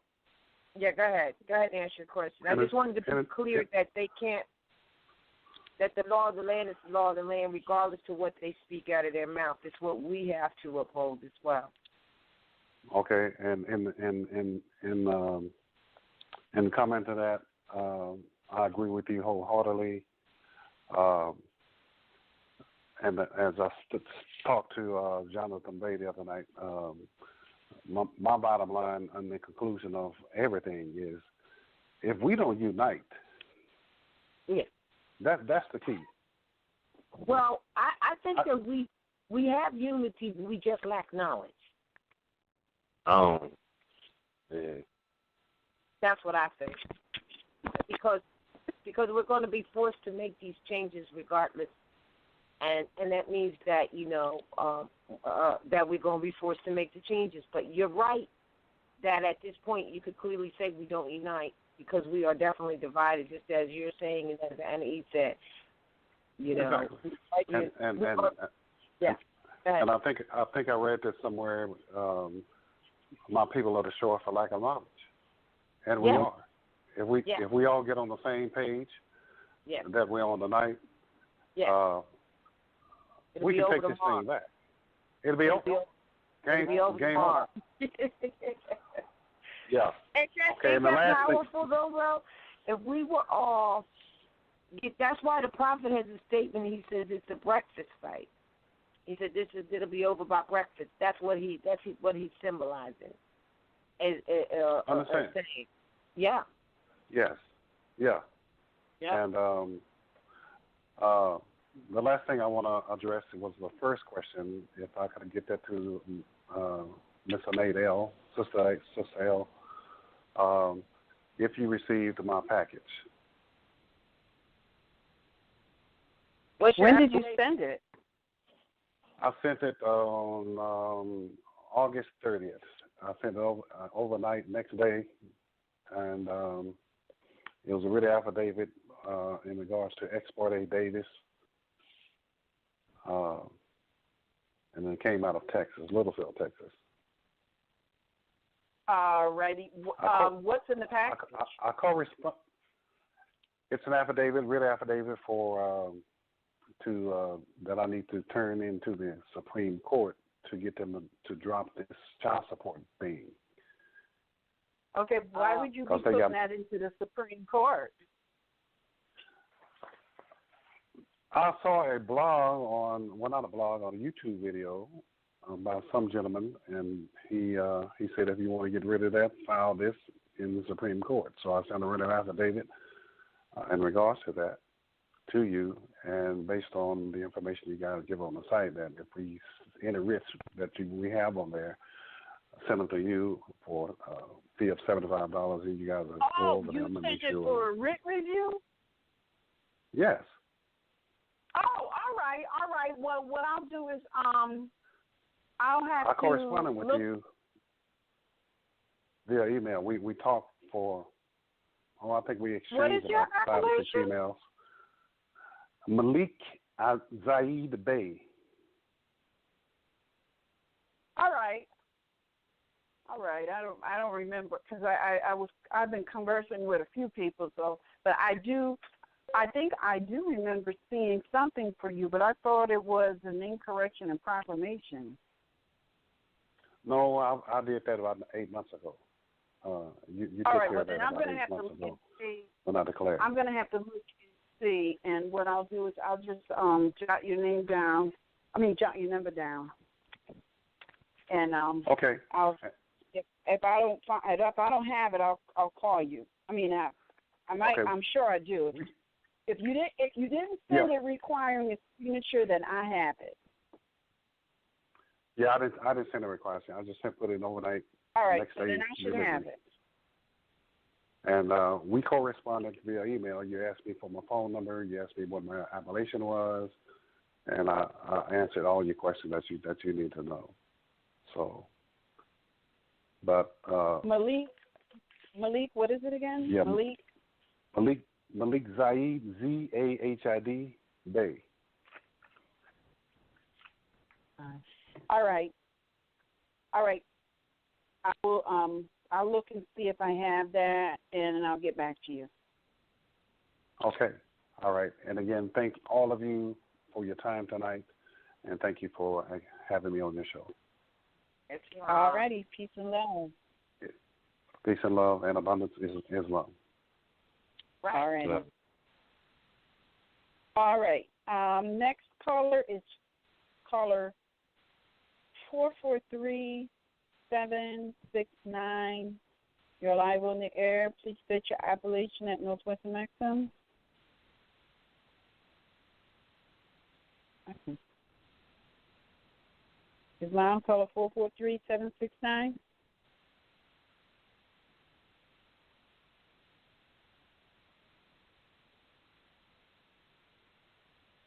Already, I guess they muted an error.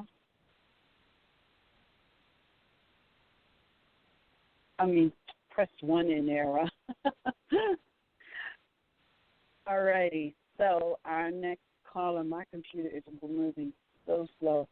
All right, caller, let's see, 972-4 839. You're live on the air. Please state your appellation at Northwest Mexico.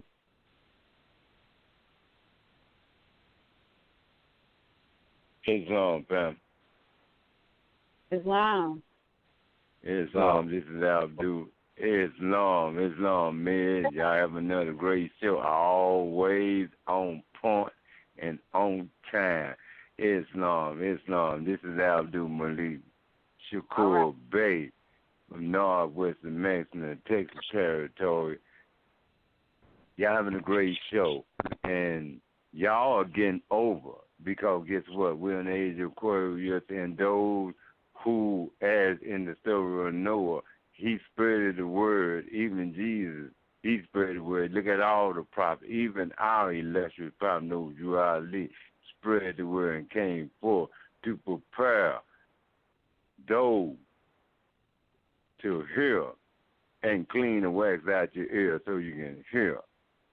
I would like to read out of the Holy Quran, the 45th chapter, the divine origins of the Asiatic nation. The fallen sons and the daughters of the Asiatic nation of North America need to learn to love instead of hate, and to know of their higher self and lower self. This is the uniting of the Holy Quran of America for the teachers and instructing all Moorish Americans, etc.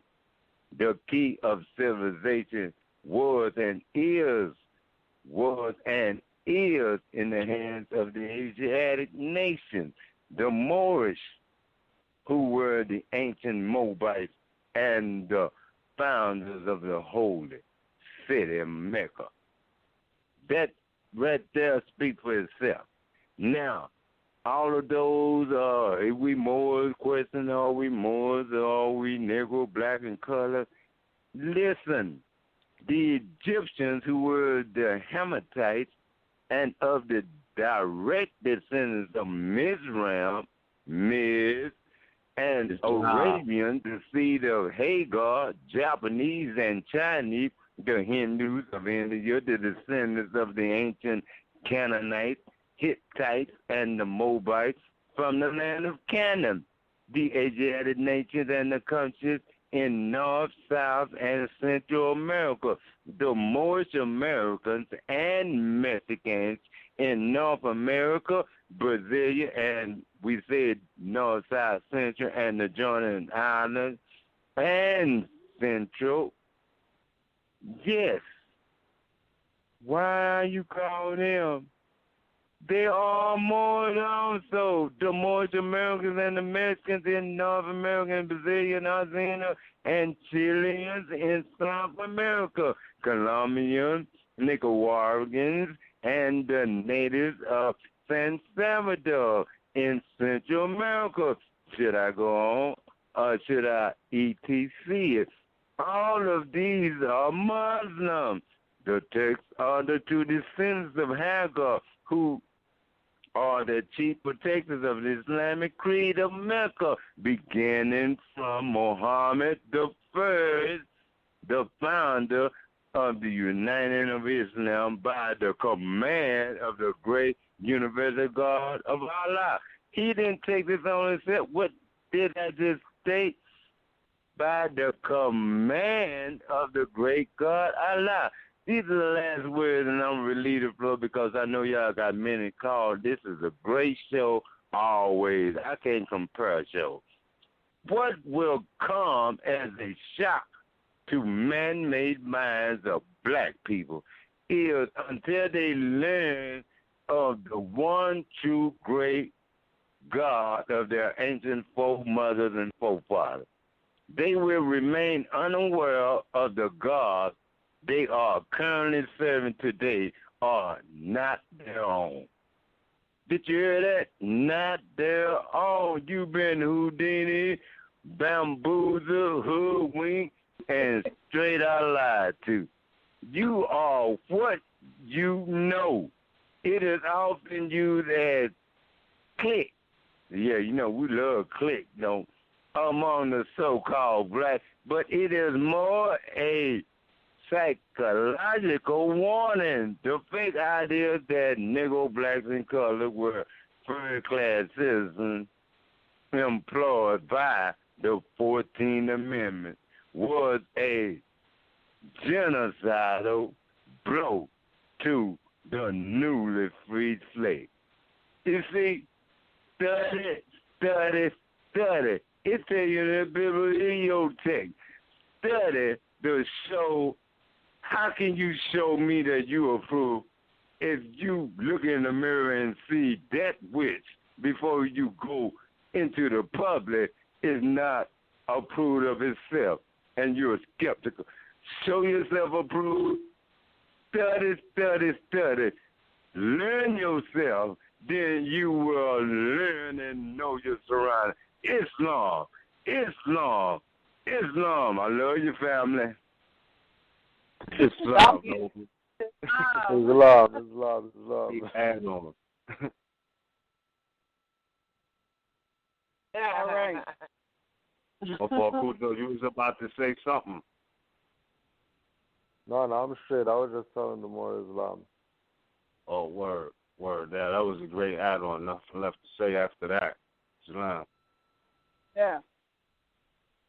We got one more caller in the queue. If you have a question, comment, or concern, you can press 1.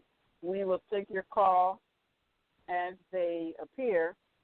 And once your call is taken, after you're unmuted, if you press 1, you'll be taken out of the queue.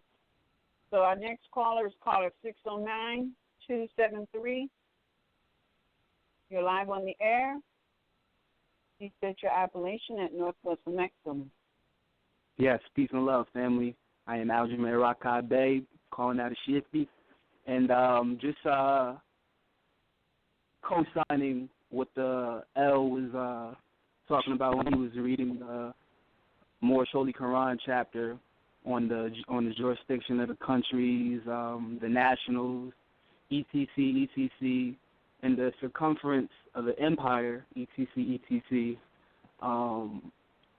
Article I had found a while ago talking about the same timeline, same stuff that Noble Drew Ali was talking about on regards of who the people's national family bloodline descent is. Short article, let me just read it. The title and the date is Tuesday, January 25th, 1916, page 6. Now, I couldn't get the, I didn't write down the newspaper title, but it was from Nebraska Republic Free Press. So it's from the Free Press near Nebraska Republic. Now, 1916, keep that in mind. It's titled Moorish America, and it goes on, it says, Moorish America, what kind of people do live in South America? The Spanish, the Portuguese, but chiefly the descendants of these European races who have intermarried with the Indians. Other nations have made lesser contributions. Brazil, which is only 2 days by steamer from West Africa, is 1/3 Negro, the crudest type of Negro on the American hemisphere. There is a strong mark of the Moor upon the Spaniard. The Arabic Moor wrought his customs very deeply into the life of Spain. The people of Mexico and Cuba might be called Moorish Americans rather than Latin Americans. The customs, manners, and heart experiences in these people of Latin America are more Moorish than Christian, more Muslim and more Arabic than Spanish. And it ends right there. And it was written by Homer C. Stuntz in World Outlook for February. So I guess that would be the source right there, World Outlook for February by Homer C. Stuntz, titled Moorish America. So I just thought that was interesting to co-sign etc., especially when you put the timelines together. You start putting down the timelines when you start doing the research of the exercises Noble Drew Ali was doing, and the exercises of the civil seats being operated by whether it be republic or democracy, etc. You put that together with the other international relationships. This is all stuff we all got to do. We all got to put all these timelines together because they all connect. Like the L's always say, like Taj RVBey say, history and law always go together because that's natural. Naturally, they're gonna go together. So I thought that was just interesting. I just wanted to put that out there for the family.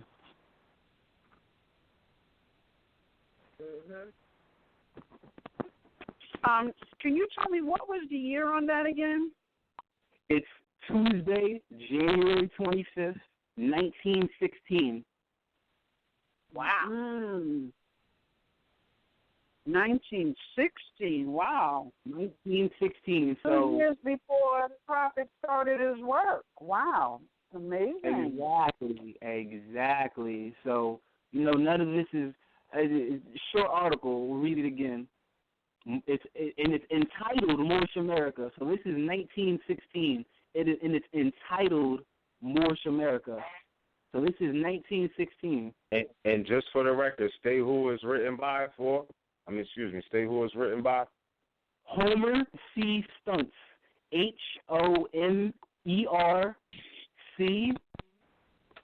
That being the abbreviation for his middle appellation, and Stuntz.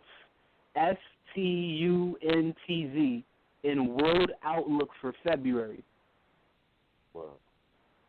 Oh, and one more thing to put on the record. Also, put the site out there more so people could see what you got in the stash. Yes, I have a whole lot of articles I was able to research about the family nation and from other international sources, etc. And you can find over 100 articles I didn't put out there for the family on Moorish.wordpress.com. ALMUORI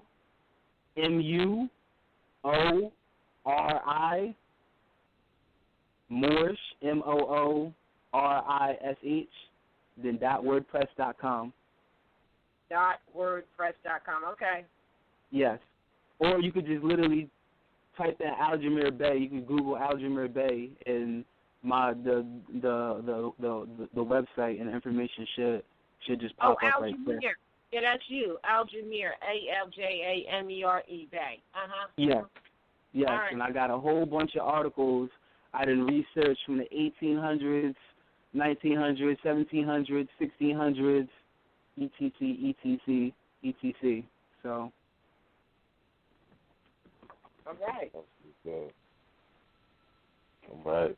Another source. That was really good. Yeah. I'll read it again real quick, then I'll yield the floor. Moorish America.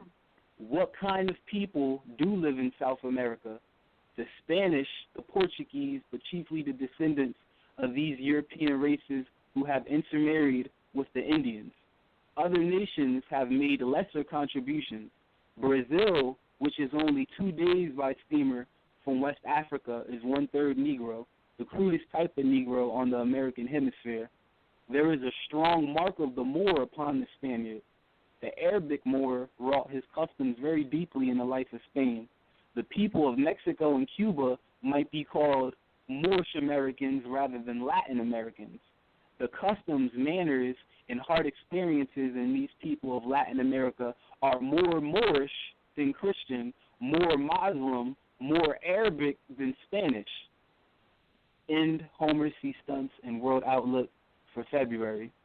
Oh, yeah, I think I saw that article. Cujo, you sent that a while ago, if I'm not mistaken, though. But it sounded like, there was some heavy points in there, But it sounded like they tried to write the Aboriginal people of South America off in, like, those first 2 sentences. Yeah, you know what I mean?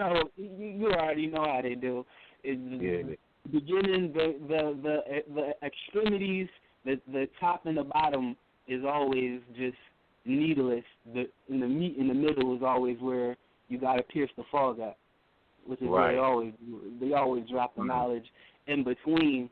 That's why they always told us put the information inside of a book, because we might read the beginning, we might read the end, but chances are they think we ain't gonna read the middle. But as Moors, we got to be complete, Rotarian, 360 degrees.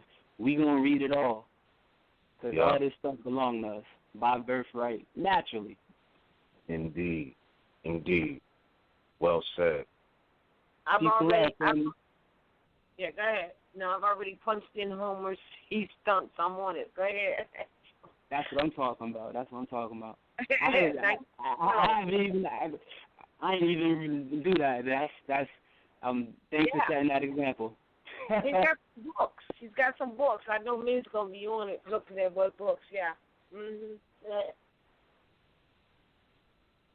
Yeah, you can check a lot of those articles I posted right on that right on the website, the almori.moorish.wordpress.com. Peace and love, family. Thank you. Right. Love, Noble. All right. Thank you so much for that. Wow, that's good. I'm looking at May 12, 1912, Chicago Tribune. I think that's where he's got that article from, but I'm going to print it out, and we're going to look at that. All right. Next caller 803-287. You're live on the air. Please state your appellation at Northwestern Exum. Hello, family. Peace. Can you hear me? Yes. Yeah. Okay. I'm here in, this is Orlando Bay. I'm in South Carolina, northwest of Mexico. I had a question. I started studying sovereignty and all that a few years ago, but I was coming from the European angle. And just recently, over the past, I would say, year, I've been looking at the Moorish, and I realized that I am a Moor, and that, we need our nationality and reclaiming our birthrights or claiming our birthrights. So there's much for me to learn. However, I also understand that it is you who states your nationality or your heritage, your birthright. Mm-hmm. That's something that you're born with. That's your bloodline, your lineage. So, but what I want to know is what are the steps a person would take in order to get their nationality on record, or as far as either the public or the private, or what are the steps to actually get that done? Well, was my question. The most important thing is to be who you say you are, and that remember that no one can change your descent nature. And this is why the prophet said, if you don't do anything, you don't do any other step, declare it, because that means you're clear about it yourself, right? The only thing we suggest people do is a lawful notice making such proclamation, because a proclamation is definitely something printed, whereas a declaration can be printed or not printed. Being clear is declaring it yourself. It starts with you first. So to answer your question, after that, we just say, all right, we'll just go put on lawful notice certain department heads, State Department heads. Let's call them the principals.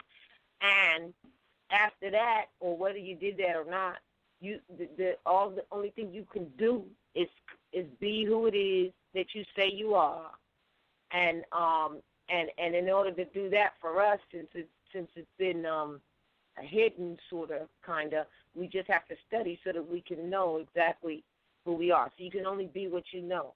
But as far as anything other than that, now if you think that because you put it on lawful notice, that does not mean that you're asking anybody's permission. Like you just said, you know that already. You just made a proclamation, affidavit, proclamation, whatever like that, and then you continue on to be who you are. they're still going to want to resist that for obvious reasons, but they can't. The most important thing is that we have to be that who we are, and we must be the law because we are the law. We are the law manifested in the flesh. So study to be who you are. Well, that's it. And then wherever you go, be who you are. And like you said, now if you like we have identification cards because we know that as Aboriginal people we have the right to establish our own identity that must be respected. So we don't need permission to get that from someone else, and or it's not lawful or it's not right unless it is from some other place. But in our minds, we're brainwashed and indoctrinated to believe that. That's why we have a lot of resistance from our own people, because they haven't gotten to the place where you're at now, possibly, to know that, just as the prophet said, no one can change your descent nature. So therefore, you just got to honor your mothers and fathers and be who you are in everything that you do. And that's why he said once you make your declaration and once you make your proclamation, however you're going to do that, to make sure you do all your new business in your new appellation and move forward from there. Yeah, because, apparently there is a great deal to know and understand to be able to fulfill that goal of reattaching yourself or realigning yourself with your ancestry. So we need study, and it's just incredible. I didn't know it was so much, but I'm enjoying the journey because I have actually had an incident where I applied some of the knowledge I had concerning the law, the fact of the straw man and that type of thing, and I see it working. I guess I've just been sort of impatient as to, you want to know everything, but yet you have to take it at your pace, apparently. But I'm excited. I'm just glad to know that that there are laws that actually protect our rights. And that was something that I did not know looking around at the civil rights movement and then the killings of the Moors or blacks by the police that's been so publicized. I was very troubled that they were able to do these things, and it seemed like with no consequence. And I began to look for a remedy, and so that's what kind of put me on my search to look for a remedy. And I came across the Moorish directory and things of that nature, and other videos that are out there, and I just was amazed that the truth was there all the time. Yeah. And the more you learn, the more that you see that it's been there, right there in front of you. I've noticed if I were to share some of this with some of my Caucasian friends, early on, I realized that the whole relationship changed in terms of they didn't seem to want to really share any more information about what they knew, and I realized over time that they knew a great deal that they weren't really just telling me about. But they would give me clues.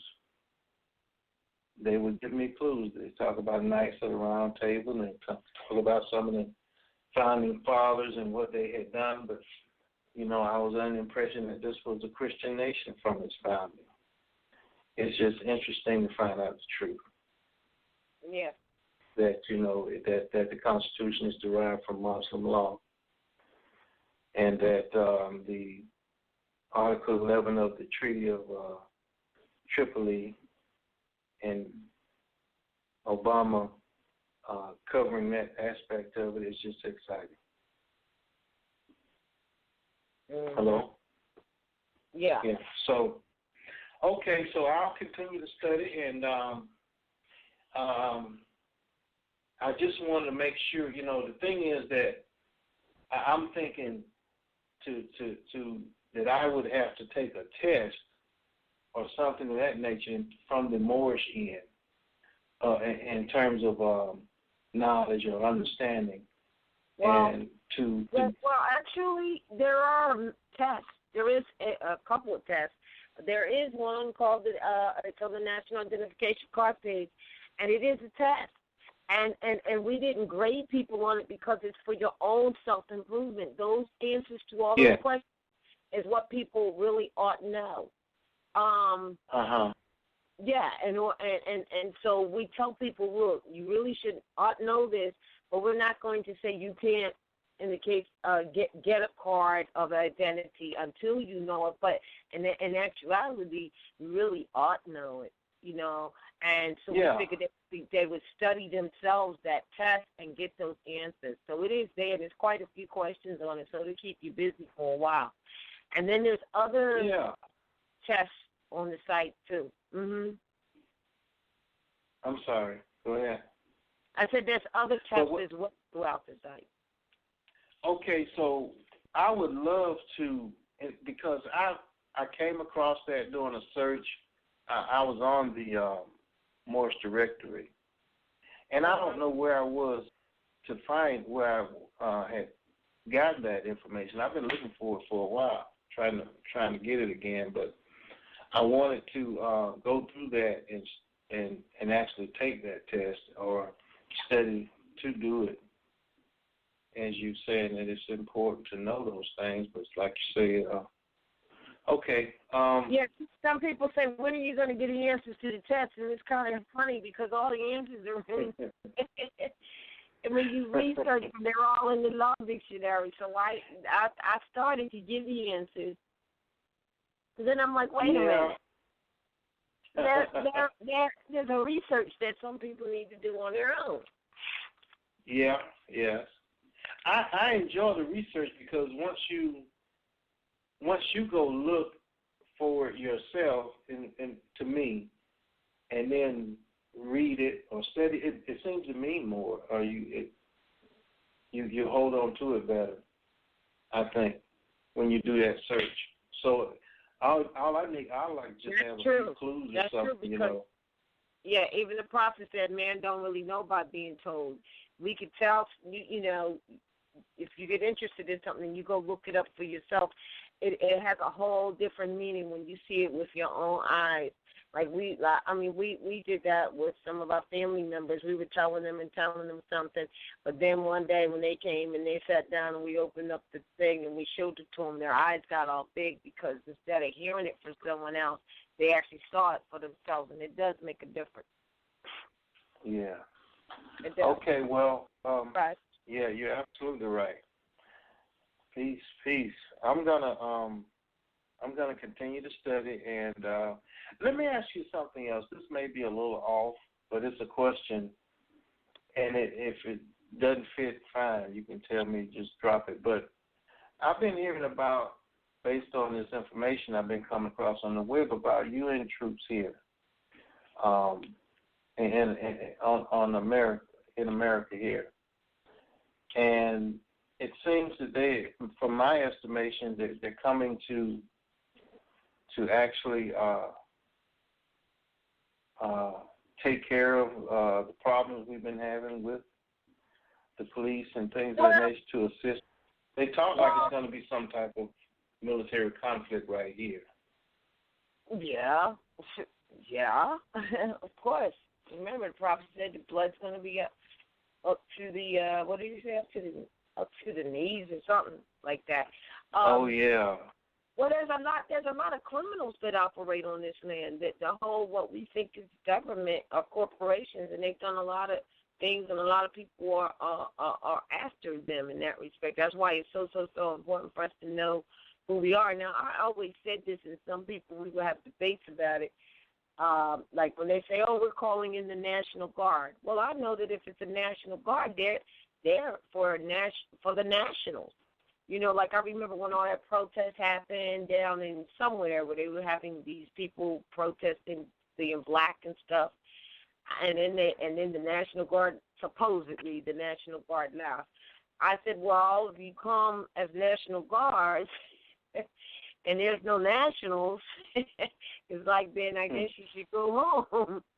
But, it's all of that is a little, it's a lot to that. You got to listen to some of the offbeat news like we were talking about earlier when we played, even though they were making some sort of because they don't tell, they control the media, so they don't tell you that there's prices on these people's heads that are supposed politicians and stuff, and the things that they have done and the murders and stuff they have caused. They don't report that on the news because they control that media. So the important thing for us is to know who we are when all this thing goes down. That's why it's so important. That's what I was wondering about, because I became familiar with the civil orders July 4th, 2014 from the Pope. And it basically was, saying a number of things, but one was they're just marching their hands to try to buffer some of the karma that's coming their way. Yeah. So it appears to me that forces are coming to rectify things. Am I reading that right? Well, the universe is rectifying things. Yes. Mm-hmm. I mean, everything is, being in the age of Aquarius. Yes. Everything is on track. Mm-hmm. Is it safe to say that? I mean, I know that there's a lot. Say that again, that everything is on track? Yep. Divine law governs all events. Yes. And, let me just say this, and for you and everyone else to think about, right? When you say everything is on track, we have to look at that in terms of, where we are,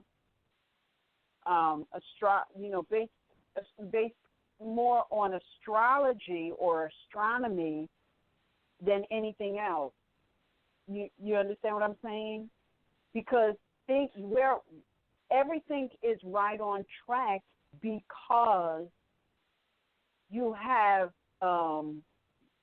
these planetary movements that's going to happen, right? Mm-hmm. So we just came out of the age of Pisces, right? And we're moving into, or we're actually in the age of Aquarius. So when you say everything is right on track, everything is right on track whether you're ready or not. That's why you better get ready. Because everything is moving, even if you want to stand still. Because even in people standing still, you're not standing still. Yes. Because you're on a moving planet. You can stand still, but you're really not standing still. And which is why, the prophet said that everybody's going to be forced to make change. You can't escape it.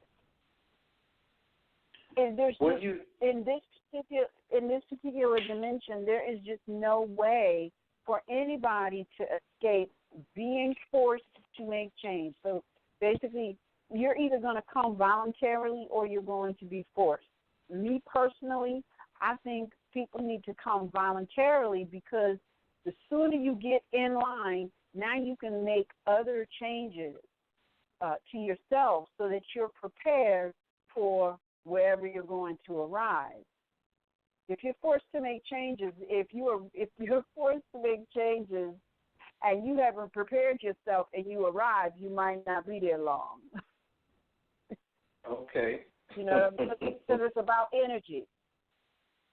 It's all about your energy, and that's why if we were to read the prophecies and the statements of Prophet Noble Ali, the things that he was able to do, I'm not sure if people really get what he was doing, because a lot of what he was doing was on par with things the Yahshua that they call Jesus was doing. And people look at these beings as, wow, they're doing it. They are doing it. But every prophet that has come along has said that you can do it too. Yeah. You know what I mean? Yeah. So when we look at people and they're you can tell sort of kind of when people are running in their lower energy because they more are looking to get things from this awakening. But if you're, and it's not a judgment, but people who have just a pure intent and they're just like running with this information because it's great and it's exciting,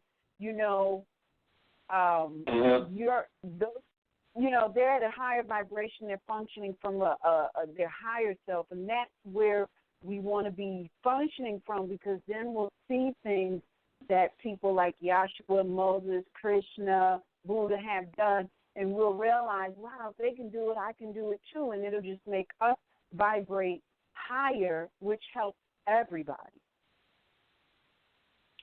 Yeah, because kind of what we're looking. That's the age of Aquarius, right? Exactly. That's the age of Aquarius.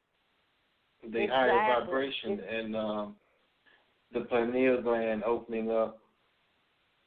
The thing that I was so how could I say? Once I began to realize the Moorish empire existed, because I always wanted to know why we only saw images of us after during slavery. We never knew what it was. We never was shown what was prior to us meeting the Europeans and so. But the thing is that I find that when we live in the lower nature, like you were talking about, it's like I say, very earthy. It's all about the material things, and I just wanted peace of mind, because I had no peace of mind. Ever since I was a child, I just wondered why the world was the way that it was, and I'm just as good as the next person, or they're just as good as me. And I flunked history because I was totally not interested in looking at those people. I just felt like something was wrong. But anyway, my whole point in saying that was that peace, love, freedom, justice, and truth has been something that I have always desired. And we don't always manage it ourselves, but that has been always my desire for us to be able to live in harmony. I'm Libra, so but I've always felt like a friend is of a greater benefit than a foe.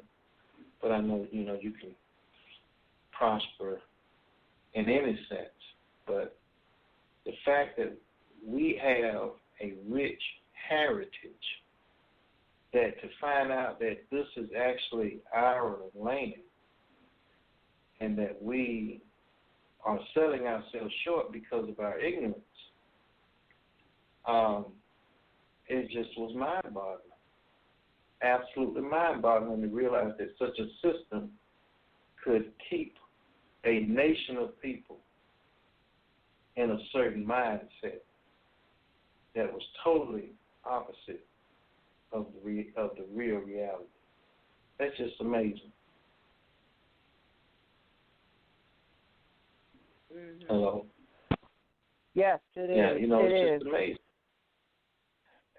It's just amazing. And then I realized how much the media is like on the very forefront of making that type of thing happen, and the educational system. Mm-hmm. So I've also come to realize that I keep talking to people against my trying to not talk to them. I kind of ask questions to see what their mindset is, because it's just such a, especially when they start complaining about life. And I want to offer a solution, you know. And so I'm trying to not talk so much, because it just got to the point now they say, well, okay, it's one of those things where, okay, if it's like you say, then you do it. Then maybe we'll do it. But I'm trying to tell you, you need to know this. You need to start studying now, you know. But it is what it is. Yes, it is. Yes, it is. But you know what? It's a wonderful time, and I believe that it's some really exciting things that's getting ready to happen. It actually is already in motion. So sometimes we get caught up in, you know, this three-dimensional world, and we miss the fact that, you know, there's some really amazing things happening. So if we can just stay calm and just, you know, be open and aware to what's going on, I think the things that we begin to learn will just be even more amazing, because we really haven't even scratched of our potential, literally. And so what's coming up can only be exciting. So yes. And I welcome. I'm ready for a change. I mean, because I just don't like the way things have been. I think so many people. I think we could live better without the intervention of the so-called government and so many other things in life. People would be more happy without this type of thing going on. And I'm learning too that the U.S. has, in order for it to operate, they have to continually create conflict. Some type of conflict. It's a negative energy. You know. And by the way, can you tell me, or do you have any knowledge of what Saturn has to do with this whole thing? Because, you know, so many businesses and major corporations have Saturn symbols on their logos. Any thoughts on that? On what? Say that again? Saturn, the planet Saturn. Many of the corporations have them on their logos. It's like a major thing. And then there's something to do with the cabal or the cube, where they march around it in the I think it's Mecca. Mm-hmm. You have any knowledge about it? That's the meteorite, the basalt. Yeah, I mean, Saturn represents justice or retribution justice. That's what it is, like, or time. You know what I mean? What they call father time. You know what I mean? Right. This is why you see, like, they use different symbols. They use more than one to represent Saturn. Like, they might use an old man with the Scythian sword and an hourglass. You know what I mean? Representing time and justice and, you know, all of these things. So it's symbolic. You know, Father Time, a lot of people dealing with the so-called court systems who've been, you know, basically used with the dark side of that energy in some way or another, you know. What happens is usually, most of the time, you know, specifically when they're like lynching Moors, physically, they hand out sentences dealing with time.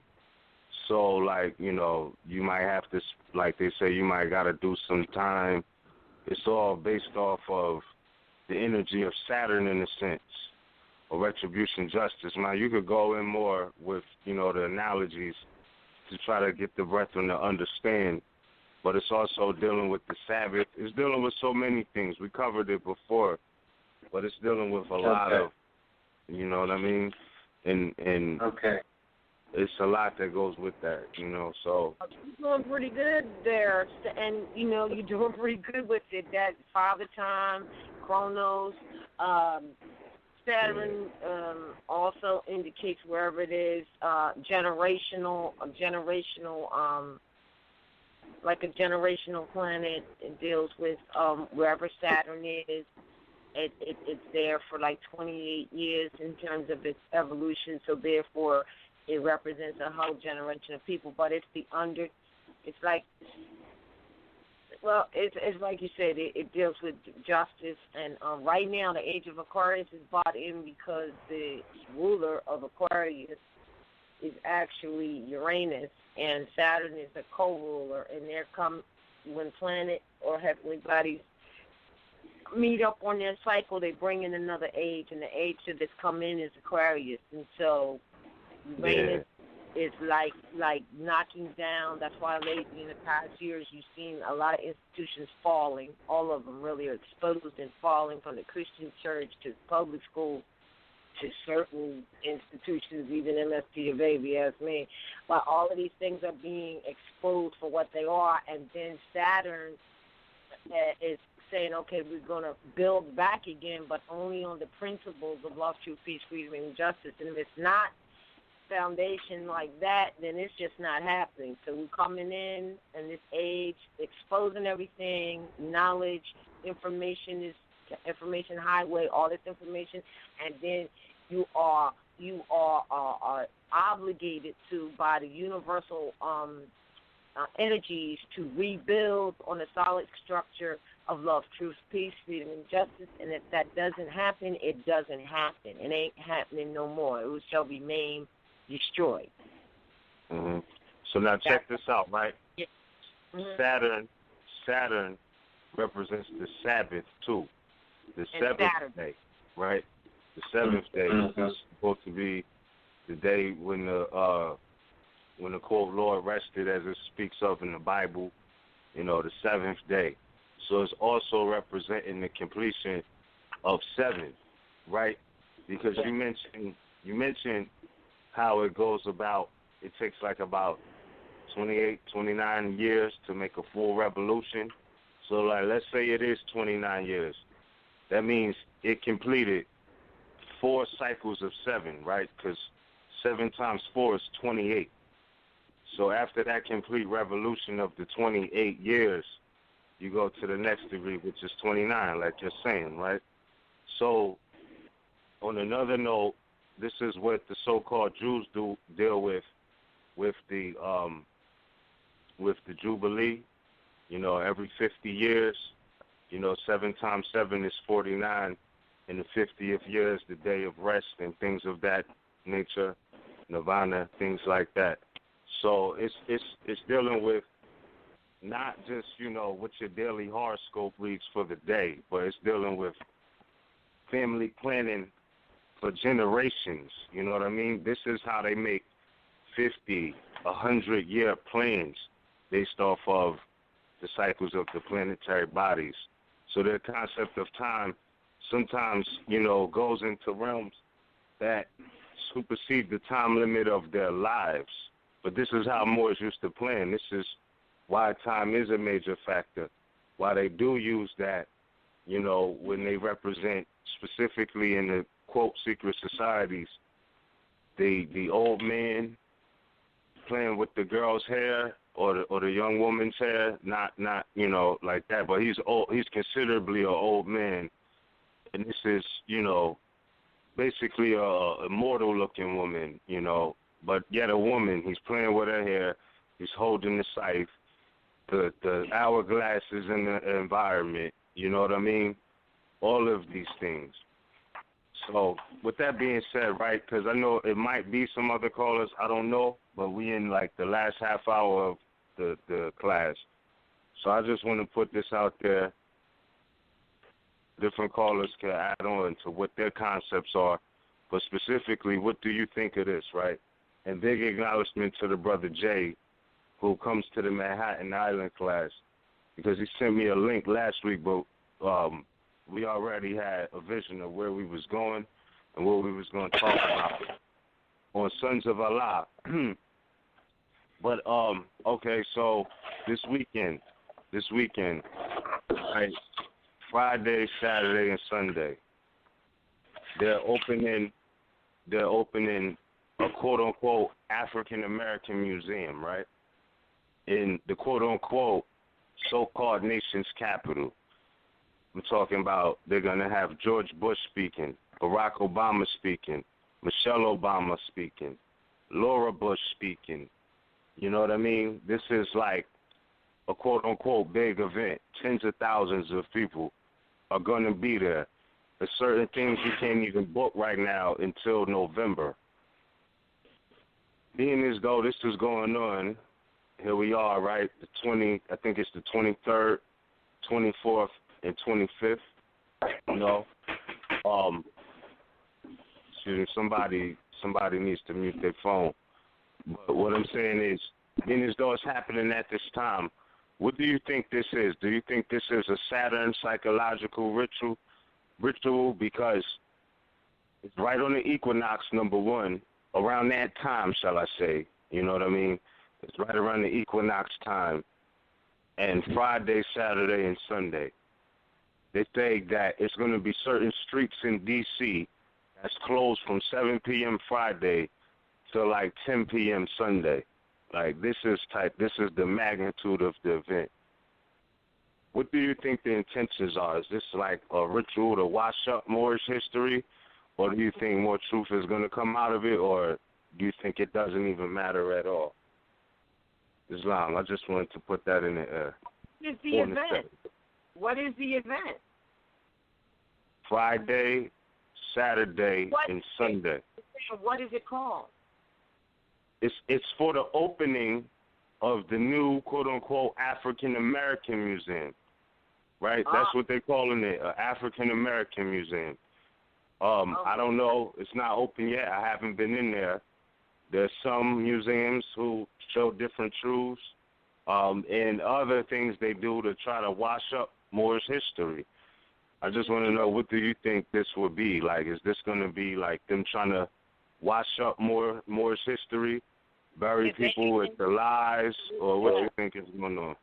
Well, they're always still in the place of taking the place and everything. So if they have much to do with it, yeah, it depends on who's behind it. And if there are any Moors conscious or unconscious behind it, it depends on whether they got paid off or not and how much they were offered to get paid off to distort the history. And you won't know until you go in there. Nah, this was a plan that was enacted by George W. Bush 13 years ago. Like, he put this into motion 13 years ago, mind you. I wouldn't trust it, but I would be interested in going to find out. Right.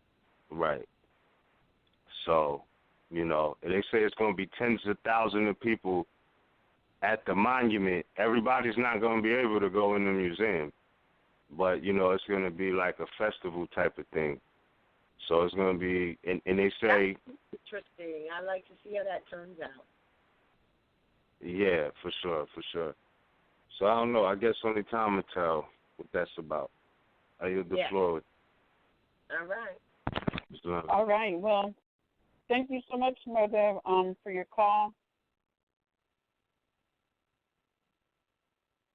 All right. Caller 585-410. You're live on the air. Please state your affiliation at Northwest Maxim.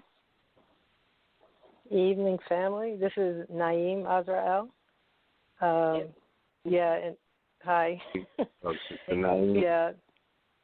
Yes. I would think, if anything, like, I'm just talking to Ms. right now, if you're talking just off the top, I'm pretty sure that's like a huge ritual. They're just going to suck people's energy. That's probably what that's all about. Even if it's African American too. So, and George Bush, no, I would be scared to even go there.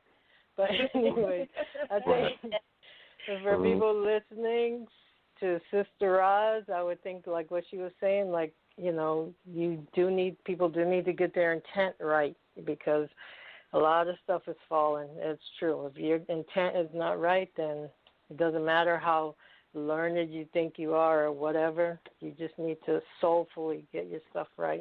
But I'm just calling in reference to, like, I know 2 years ago I used to be one of those crying Moors that was always talking about, nobody's near me, nobody's near me. And I always keep hearing what Cujo's saying, like, it's you type of thing.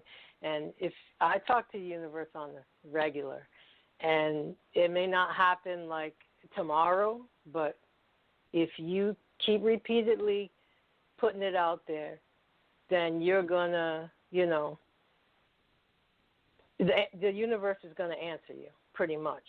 So I'm like all over the place, like with like places I'm going. Work is for one, because I months ago told them after I proclaimed and changed and corrected my name, all that, it just felt so weird to keep. I'm like in a dispatch situation, and to answer a phone saying Operation Shirley, how may I help you, just wasn't sounding right anymore. So I told them, I'm using Naeem. They was like, I'm going to go check with HR. First, my supervisor like, okay, and then first check with HR. But they really cannot tell me. You can't tell me what name. People call each other honey or you're Bob, and when you should be Robert. There was no issue there. I wasn't worried about that. But I wanted just to utter. That's what was important for me to utter. But I always talk to the universe, and trust me, people are popping up all over the place now, whether it's young or old. And sometimes you think, when I listen to shows, sometimes I think, I don't have these grand stories to tell. But the little things to me are what's important. Like I met a girl, overheard her talking to her uncle, she's a cashier at a gas stop. And she's young, like 19 maybe even, and she's talking, people are this, that, and the other. And then I just was like, wow, yeah, people have lost their minds. And we were just conversing, and she started talking way on a level, like she knew like a lot of stuff was wrong. I was about to walk out of that place, but something told me just get a pen, paper. I wrote down my name, and I always for RVBey publication. And I was like, you need to just get on the site and check out this information, because she knew, like, and her name was Michaela, for God's sake. I'm like, yo, come on now. So anyways, but again, giving information, because we always think like we're so alone, but the universe is bringing people to me. On work today, on the phone, a tech was talking to me, and he was like, so are you Shirley today? And I was like, no, it's Naeem. And then he was just questioning me as to, like, how is it that I could just, did I go to a lawyer? I'm like, no, that's corporate. I keep telling him. And he actually said, in our conversation, he said, well, I've heard about the Moors and Noble Drew Ali. And I'm like, what the heck? Like, this is the first time I've ever heard any other Moor around me in my say Noble Drew Ali's name. Now that got me, and we were just talking, and I was telling them again, giving out RVBey publications. But just when people are thinking they're alone, trust me, even here near Rochester, corporate, whatever you want to call it, there are people out there that know whether they're waking up or not, but people just need to stay their course. That's why I just try to stay listening to you guys, stay educated up, and that way win my time, because I'm always thinking, what am I here for? Maybe that's just it, to give people. Maybe I'm not going to do anything grand, but somebody else can take it and run with it. But that's about it. But just don't think you're alone. You always got family here. Islam. All right. Islam. Yeah, that's great. Okay. Thank you so Good much night. for that. And that's why the You're prophet so welcome. said, if you're the only one, be the only one. That's why he said that. Because he knew, Oh. Right. Sorry. All right. Am I still on there? All right. Oh, wait a minute. I think, something happened.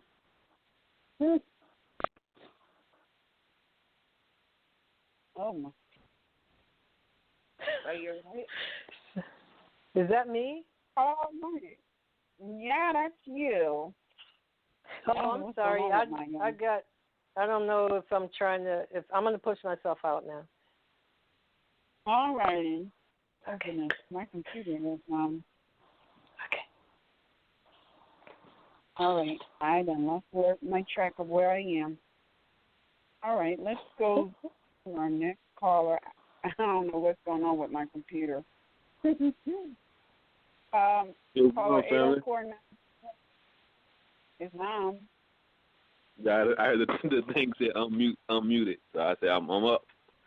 This is our brother Azad RVBey calling from near the Corporation of Richmond, Virginia. Question. Like I said, I didn't want to be long. I don't know if you have any more callers. I got the about the a truth about your health booklet, and I talked to this guy who was supposed to be some herb specialist or something, but he never got back to me. And I just pretty much wanted to know, because I've been searching around, but I don't know how to get my hands on a lot of the different herbs. I was looking for this wigworm because my wife, she has sickle cell, and I'd love to see some things help her. And I wanted to know how can I get, like I said, on some of the herbs, but like I said, the main one that I'm really looking for is the cellular tissue salt. How can we get Annie, you might want to answer about how to get the other herbs and stuff like that. I mean, there's, I guess you got to look for good places that offer them. But the cellular tissue salts are not really herbs. They are really salts of the earth. Actually, they're really biochemical. They're biochemical cellular tissue salts, which is the same components of what human constituency cells are. So that's something that you can get from, I know of a place called Highlands, Hylands, Highlands. That's the brand, and there's only 12 of them that exist, as you read in there already. So Hylands. Now, some people say that, they're making them with, I really don't know what they're saying they're making them with, but that's the only reference that I have off the top, because they really, literally are salts from the earth. That now, as far as the different herbs and the sickle cell, and you may know a little bit more about that. I know you can go to a health food store, you can punch it up on Google or whatever, but as far as what to do for sickle cell, you may have that answer.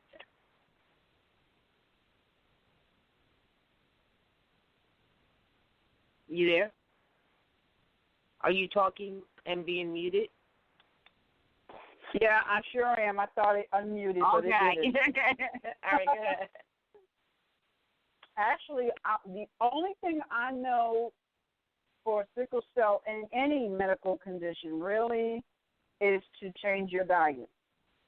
Mm-hmm. Because much of what our challenges are, where our health is concerned, is because of what we're eating. Because if we're eating stuff, and people don't realize it, we're electromagnetic beings, which means we need pure current. But because, we've adapted to eating food, we get pure current through a secondary source, which is the food, instead of directly from the sun. So if you're eating foods that get a lot of sun, that's sort of kind of going to recharge your body, because they got people thinking you're getting vitamin A, B, C, D, calcium, phosphate, blah. We're not getting none of that stuff, because we are energy. We're electromagnetic beings. What re-energizes us is energy. So if we're going to eat, if we really want to get back to our true form, we would not eat at all and get all of our sustenance from the sun. But that we have to really condition ourselves back to. But in the meantime, what we have to do is just slowly regress eating. And one of the best ways to get better energy is by eating raw food, because the minute you cook the food, it kills whatever energy is in there. It's like throwing a radio that's running and playing music into water. The water is going to cut the energy immediately. Not to mention kill anything that's in that water, because it's energy, it's electric.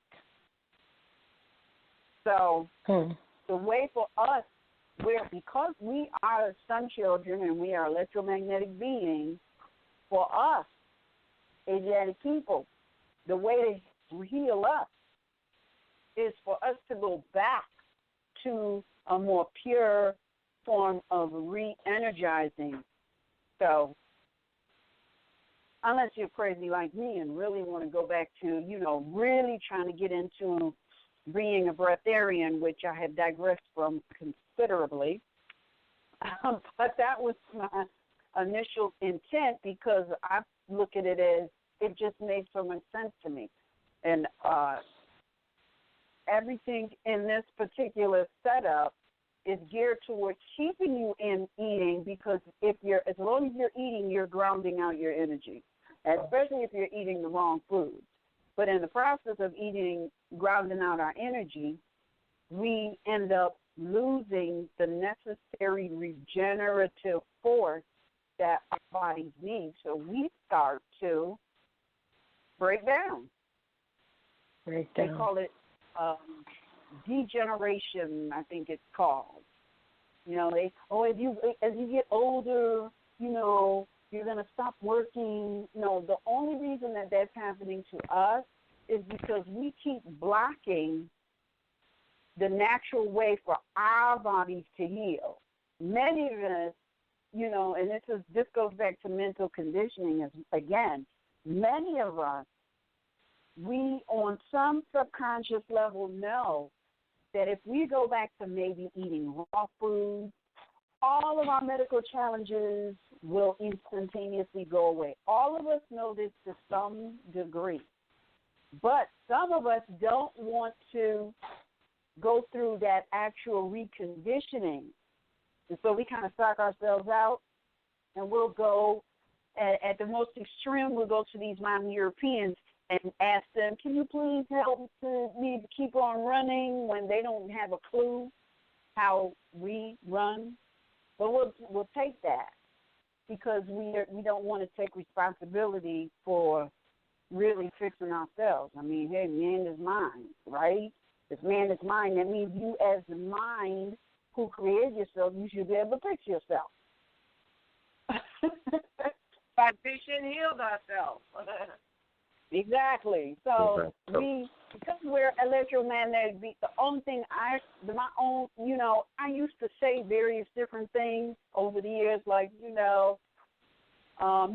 you want better circulation, take ginkgo biloba, or, if you had excessive cell or tissue or bacterial growth or whatever, and you want to neutralize it, drink some green tea. And there's so, if you have aches and pains, take some clothes. I used to say that, but then I realized, well, you know what? If we alter our diet even a little bit, we won't have to take herbal remedies. We can just change what we're eating, and our bodies will naturally heal itself. But that takes a lot more discipline.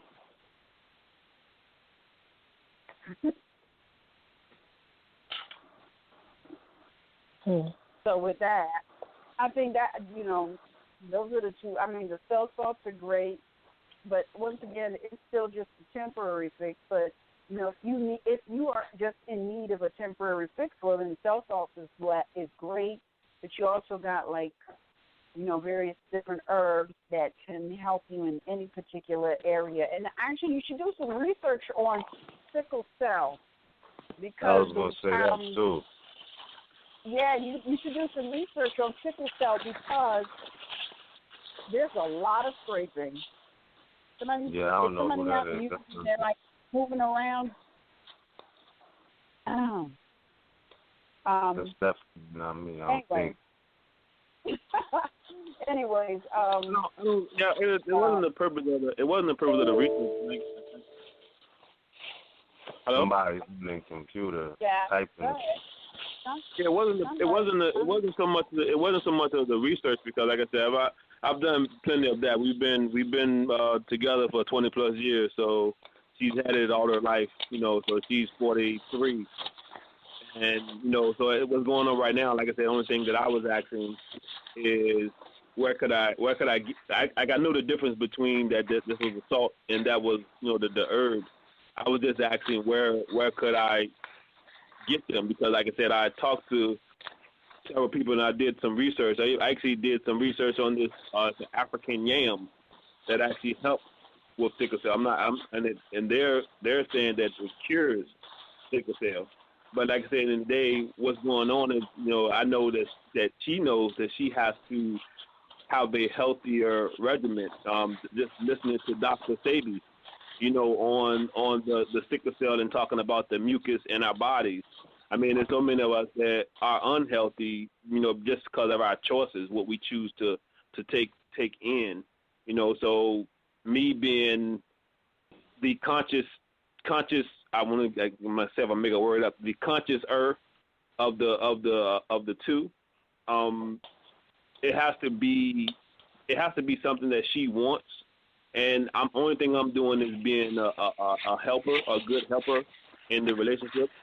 So at the end of the day, only thing I was just asking was if it was somewhere that I could, look, to purchase the sea salt, because that was the cellular salt, because that was actually for myself, because I wanted to ingest that and do the necessary things. But everything else comes with time with her. Yeah, well, like I said, you can punch in Hyland cell salts, HYLANDS, and you can find those cell salts. You can get them. I can tell you, you can get them off of Amazon.com.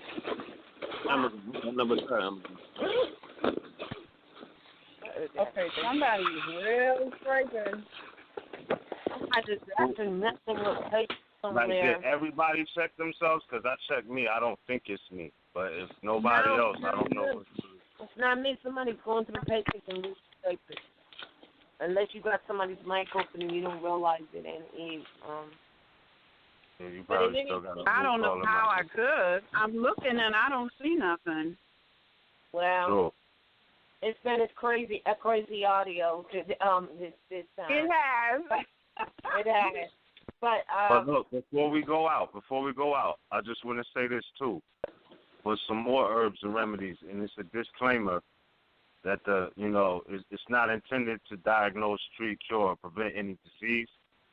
But I say that, as far as better health goes, you could probably send a Gmail to culturaloasis@gmail.com and get some more information and things. Just slow it down for me a little bit. You said cultural Oasis. Yeah. At gmail.com. The sister is in, she's got a store. She has all that stuff in Pittsburgh territory? So-called the Pits. Out the Pits, Sister Dana. Big acknowledgement to Sister Dana. But, Cultural Oasis. She might have some more information. And tell her that you were referred by the RVBey or Moorish History School or RVBey, whatever. She'll know, and she obtains all of those things and can definitely tell you where to get them, and she can order them for you. Okay. Yeah. culturaloasis@gmail.com. And that's just like the word cultural and then the word oasis, like OASIS @gmail.com.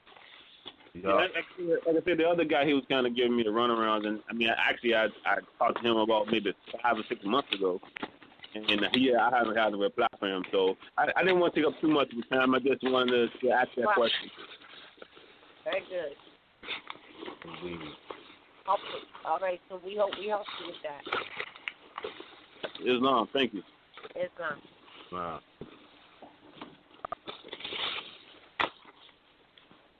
See, who's breaking right there? They just did it. Oh no. I'm still trying to figure out who that is. I have no idea. Maybe somebody's listening. Big. What they call it? They need to mute their mic. Well, if you have a 585. I don't know who it is, but no. Can I ask you a question? Who's the 585 number? Oh, that's Crucial 410. Who's the 585-410?